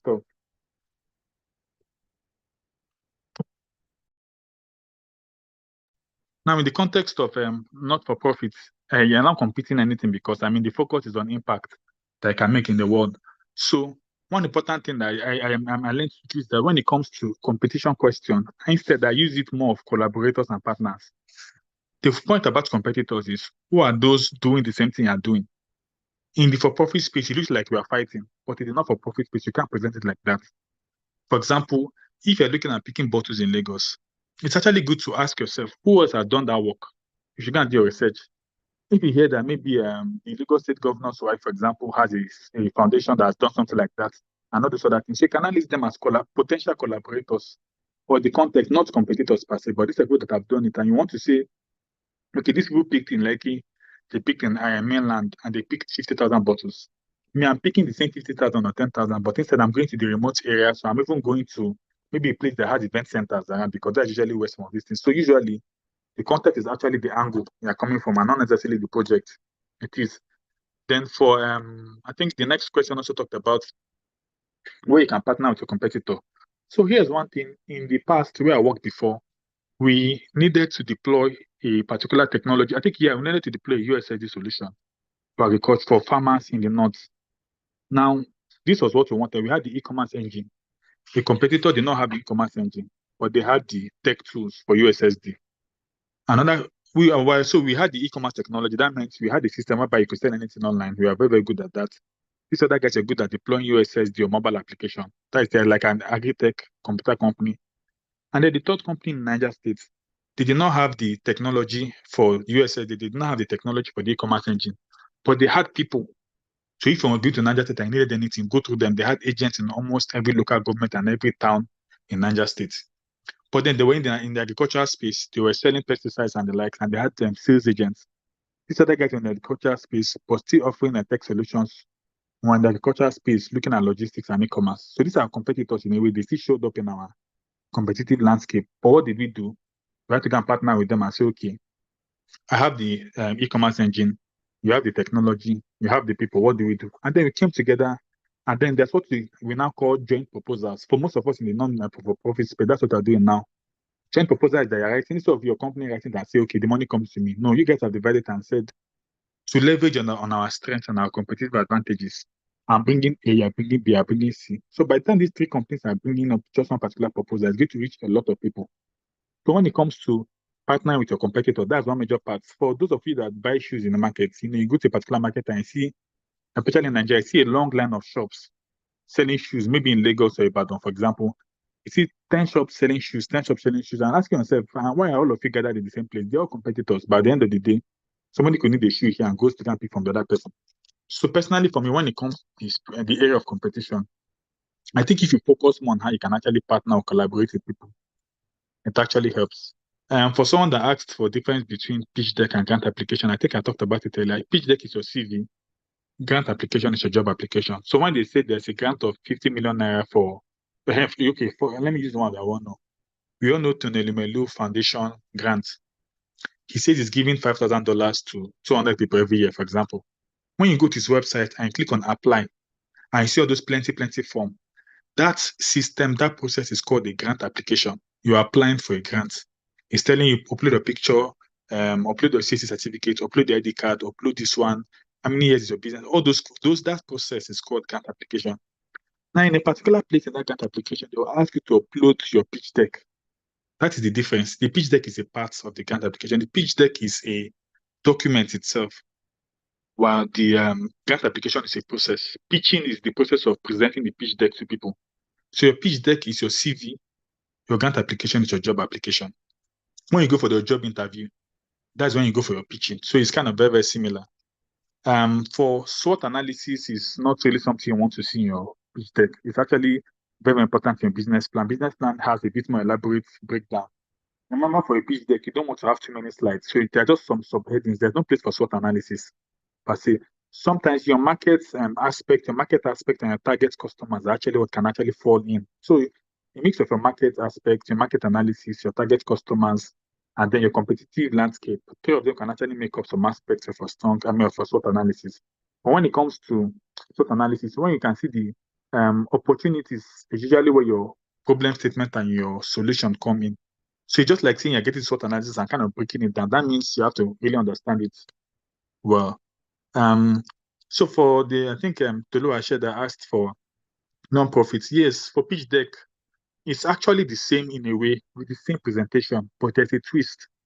For pitch deck, of course, when you're pitching, you need money per se, but this time around, it's a bit different because you're a not-for-profit company. So it's more like they're dashing you the money and you're making an impact. You don't have to pay back. So you don't have to show them how you can use that money to make more money. A typical for-profit company can say that if you give me 2 million naira today, with all the things I put in place, I'll deploy it, buy a bus and whatever. In the next 6 or 7 months, I'll multiply that 2 million to be 8 million naira and the likes. So for people like Tony Elemelo, that's what I want to see. Don't to see how good you can convert that $5,000 he gave you. The company I worked in, the one I presented today, my former boss got Tony Elemelo grant in 2015 and easy to start the company. 10 years later, he met with Tony and told him that, perfect success story and the like. But when it comes to not-for-profit, it's not even focused on what the money can do for your business in terms of hiring or the likes. Your pitching is asking for money to do and to make an impact. So if you're a company that you get bottles from the street, recycle them into materials and sell to make money for yourself and pay your staff and expand, that is actually more of a for-profit business. One is a not-for-profit, it's more like charity, per se, a foundation or a legacy foundation. So the focus is not on how much profit you can make, but how much impact you can make. So if you say, okay, we usually get 50,000 naira every month, and then we pay scholarships for 3 or 4 children in Lagos. if you give us 1 million naira, we can pay scholarships for 300 students across Nigeria. And you sell them a lot and say, okay, the one we did in Lagos, this is what we've done so far. And then they give you that money. When you use that money, deploy it. What they need after giving the money, if you say, okay, out of the 300 students you sent to school or whatever, 3 of them graduated, 2 are in universities, 1 is married, 1 is lecturing, other people, I mean, all those other things. So it's focused more on the impact, what their money can do for you. So it's like saying one rich person somewhere or one rich company or one rich whatever have money and they want to see what good they can do in the world. And instead of them going to go and do it themselves, they're looking for people that can do that thing for them. So that's the difference between a pitch deck for a not-for-profit and then a pitch deck for a for-profit company. And I see some of us asking for pitch deck. I'm going to try to advise as well. Don't ask for a pitch deck link already. I've given out a recommendation. Emmanuel and the SSDN team, I believe, have shared the template and the procedure for that. So what you just need to do is to follow that, prepare your own Word documents, and then make sure that whatever you do can fall into all those other things that you're asking for. I think that is okay. I think the last question is somebody asking about protecting his business idea when forming a team or fear of losing your intellectual property. Yes, it's very, very important. Documentation is a very, very big deal. So you might be very, very careful how you're brainstorming and everything. So that's why I believe most of us here are business owners and the like. So it's very important that you work around this kind of. So don't share your documents around easily. But when you apply for a grant, you cannot start saying intellectual property in the beginning. The grant offering bodies naturally have a signed contract that says they are not supposed to put your grant out there to the general public without your permission. Passive. But then when you're applying for grant, I think it's very, very important that you learn again how to work around that. So I think that'll be all. Mary, I think I've done justice to the bulk of the questions. Thank you.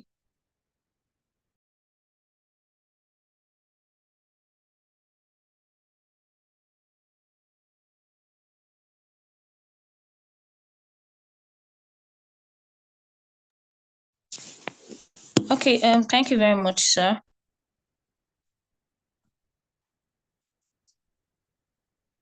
I don't know if there are other further questions.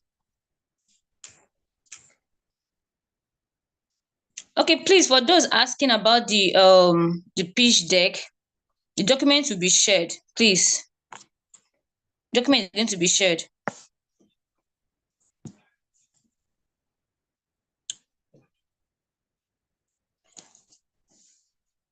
Okay, so okay, without much ado, so at this point, I want to say a very big thank you to Dr. Charles. We from the thank you from the RecycleUp organizers. We so much appreciate you coming on and clarifying us on this section. We say a very big thank you. Thank you very much. Thank you very much. Thank you. Okay. So at this point, please I'll hand over to Mr. Mawo. Okay, yeah, thank you very much, Mary and Dr. Charles. Thank you so much for the engaging session. Please, let's appreciate him. I want to see our emojis, I want to see our comments, I want to see our feedbacks. In fact, we are going to take 1 or 2 feedbacks from the participants, at least maybe 2 male, 2 female. Let's make it equal. What have you learned so far, maybe for the first session or the information session or from this session? And what is your next plan? Benga Deboye, I can see your hand up. You are going to get a gift from me. I like people that are very active in class. Yeah, so, but you can also use the comment section to drop your information or your feedback. So, but if you want to say anything, you can raise your hand. I hope you can hear me clearly. I can see some people said my voice is faint. Mary, is my voice very audible? Yes, it is. All right, thank you. Okay, Benga, you want to say something? Then I will call on Mustafa. Benga, you can share with us. Let's have the feedback. Benga, you can unmute your mic, please. Then. All right, sir. Okay, can you hear me, sir? Hello? Can you hear me? Yes, you can. Yes, we can hear you. Go ahead. Okay. I want to thank the organizer for this session, most especially the presentation that was done by Dr. Charles.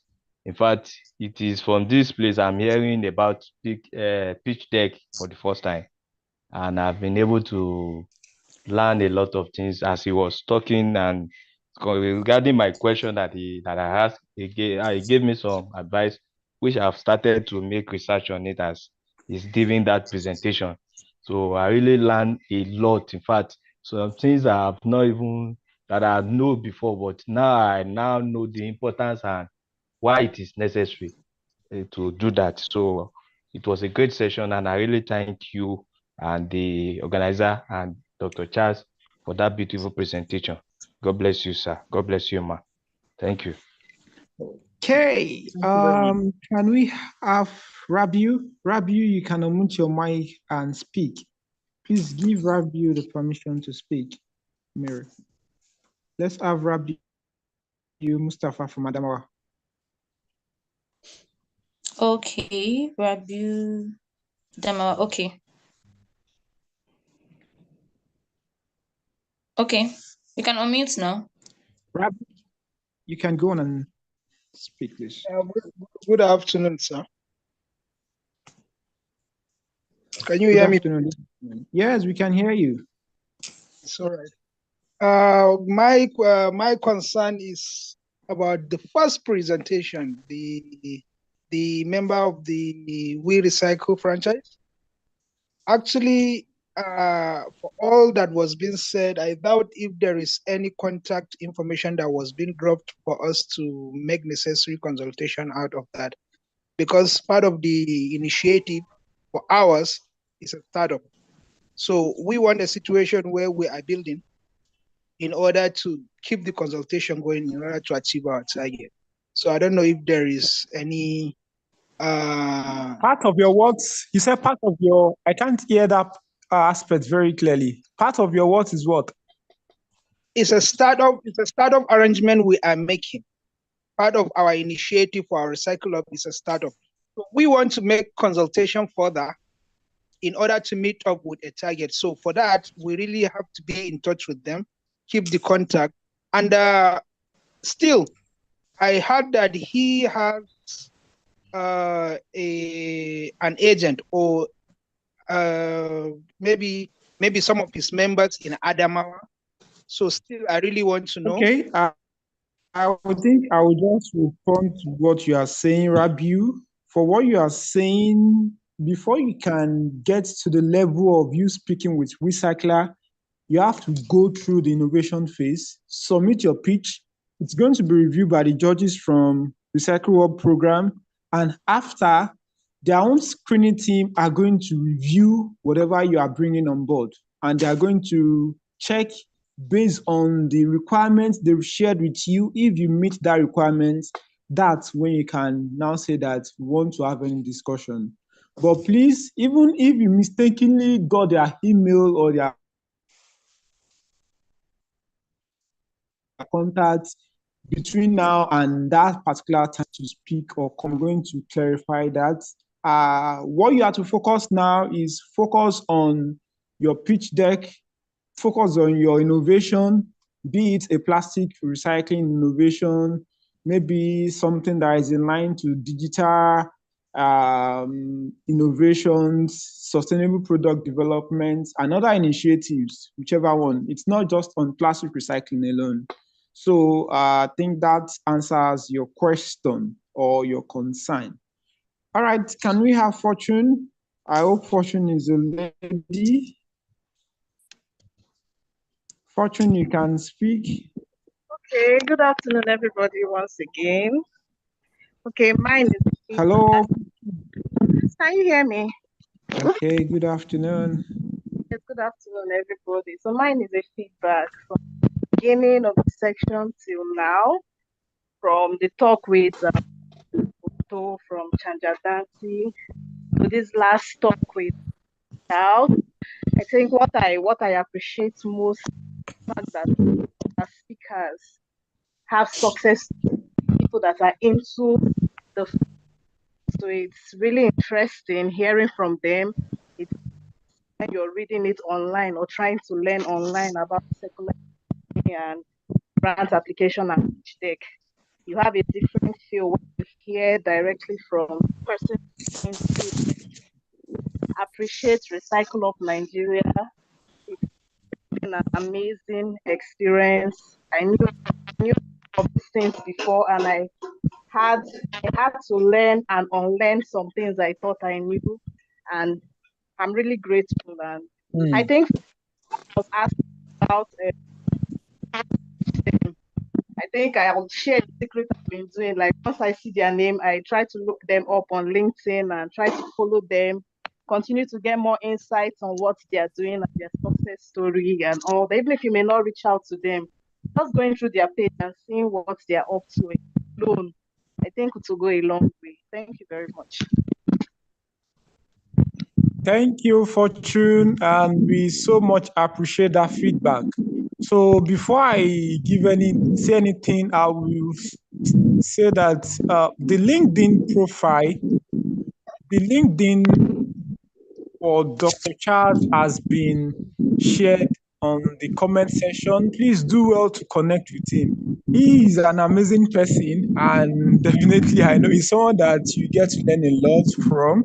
And yeah, he also has some personal initiative, which is also going to help your own brand.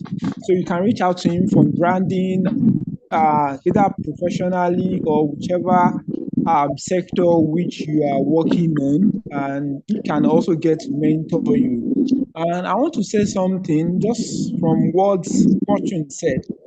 For each and everyone on this call, if you've not connected with any of the facilitators for this RecycleUp program, please get their names, search them on LinkedIn, Twitter, Instagram, wherever they are, connect with them.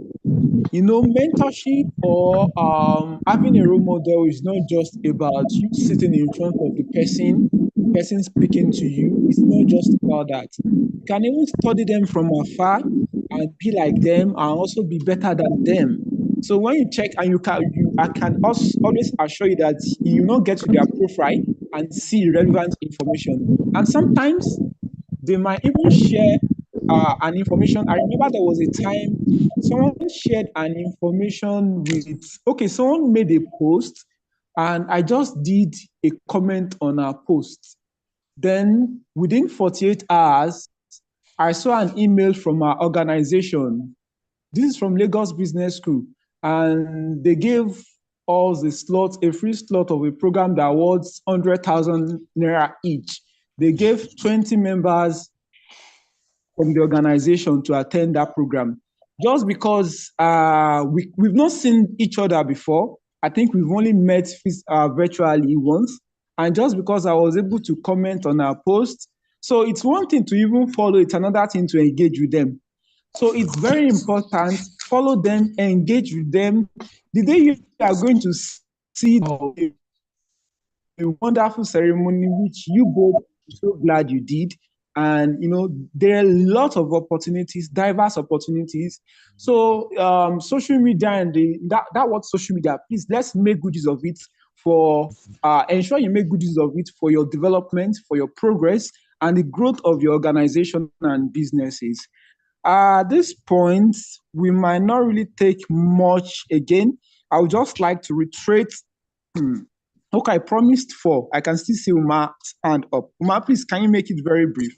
Let's have your feedback.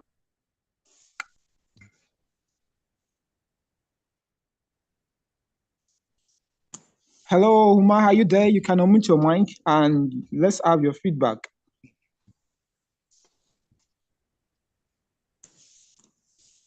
Hello? Yes, go ahead. Speak on. Yes, my name is Mohammed Umar from Adamawa State.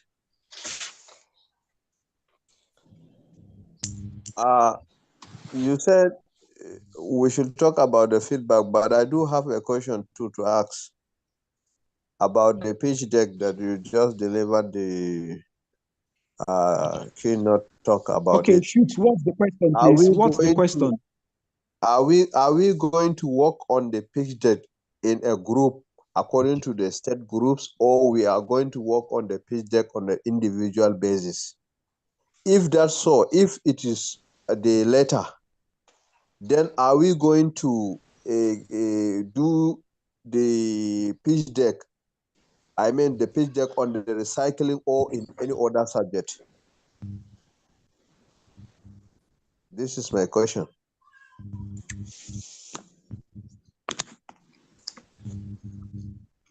Hello? Hello? I think you should hold on. Maybe he's having network. You should just hold on. Okay. Okay. Did you get me right, sir?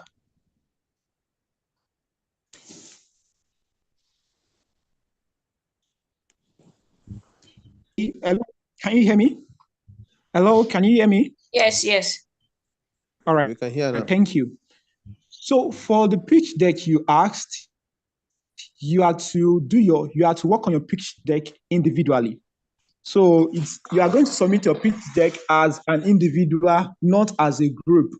So, and we've seen instances whereby two innovators copied each other word for word and they submitted the same pitch deck. You are deceiving yourself if there is anyone that is going to do that on this project. So we won't even mind the person the owner of the innovation or the owner of the idea. Two of you just know that you have zero. That's what the judges are going to do. They won't give anybody any score. So, however, that doesn't mean that our idea can look similar, but we are thinking from different perspectives. Our words can never be the same. Our problem statement can never be the same. Our solution can never be the same. So I'm saying this so that you are very careful when you are working on your pitch deck. Ensure that it's just you and only you that worked on it, and you submit and you protect your documents. It's very, very important. It's very, very important. So I didn't hear the second part of your question, but another thing which I'm going to say is when you are submitting your pitch deck, you are also going to have a one-pager which summarizes what your innovation is all about. Then you have to submit your pitch deck as a Word document. As a Word document, not as Microsoft PowerPoint or not as PDF. So when you finally submitted, we tell you when we need if I thought there is a need for you to have a PowerPoint for your pitch deck, which will just be a summary of a pitch. But the document that is going to be shared with you, in fact, you can even convert it to when you have it, just like Dr. Charles said, ensure that you build that document, make it well detailed enough, and extract it and use it for presentation slide. So there is no grant, like I earlier said, there is no grant you want to apply for that you already don't have the information, except maybe this and that. But that pitch deck is well detailed and it will guide you. So there is even questions that are being asked there, it's well explained. And submission deadline is 19th of this month. There won't be any extension for any reason. Please, and you are going to receive further information as regards the timeline, the pitch deck, the submission link. They're also going to share the presentation slides for today's session that we shared with you via email. But please don't mistakenly share it on your group. It's not meant for everyone. It's meant for you only. So if anyone is asking you to share any document on the group, please let that person know that it's not meant to be shared on the group. Team leaders, please, we advise you work on this because if you share on the group, there is also a penalty for that. So we want you to abide by these rules and ensure you do it in the right way. If you have any concern, if you have any question, if you have any challenge during this process, please feel free to reach out to any of the program coordinators. They are there, they are right there to guide you and also to help you all through the process and wish you a successful period. I don't know, let me check if there are other questions that are on the comment section. Okay, attendance. There is no attendance for today. So you are going to judge yourself, right, that you participated in the session, and definitely there is a difference between the person that participated and the person that did not participate. I'm very sure what you've learned today, it's not just going to be sorry, the pitch deck that was shared with you on this session, don't bother. It's just an overview. I think they are going to share the Word document with you. It's a Word document that they are going to share with you, which you are later going to work on. So things you've learned in today's session are things you can get to use in all other areas of your organization or businesses. And we want to say thank you to all the project coordinators. Thank you for leading this project and leading it well. Thank you for the great work you are doing.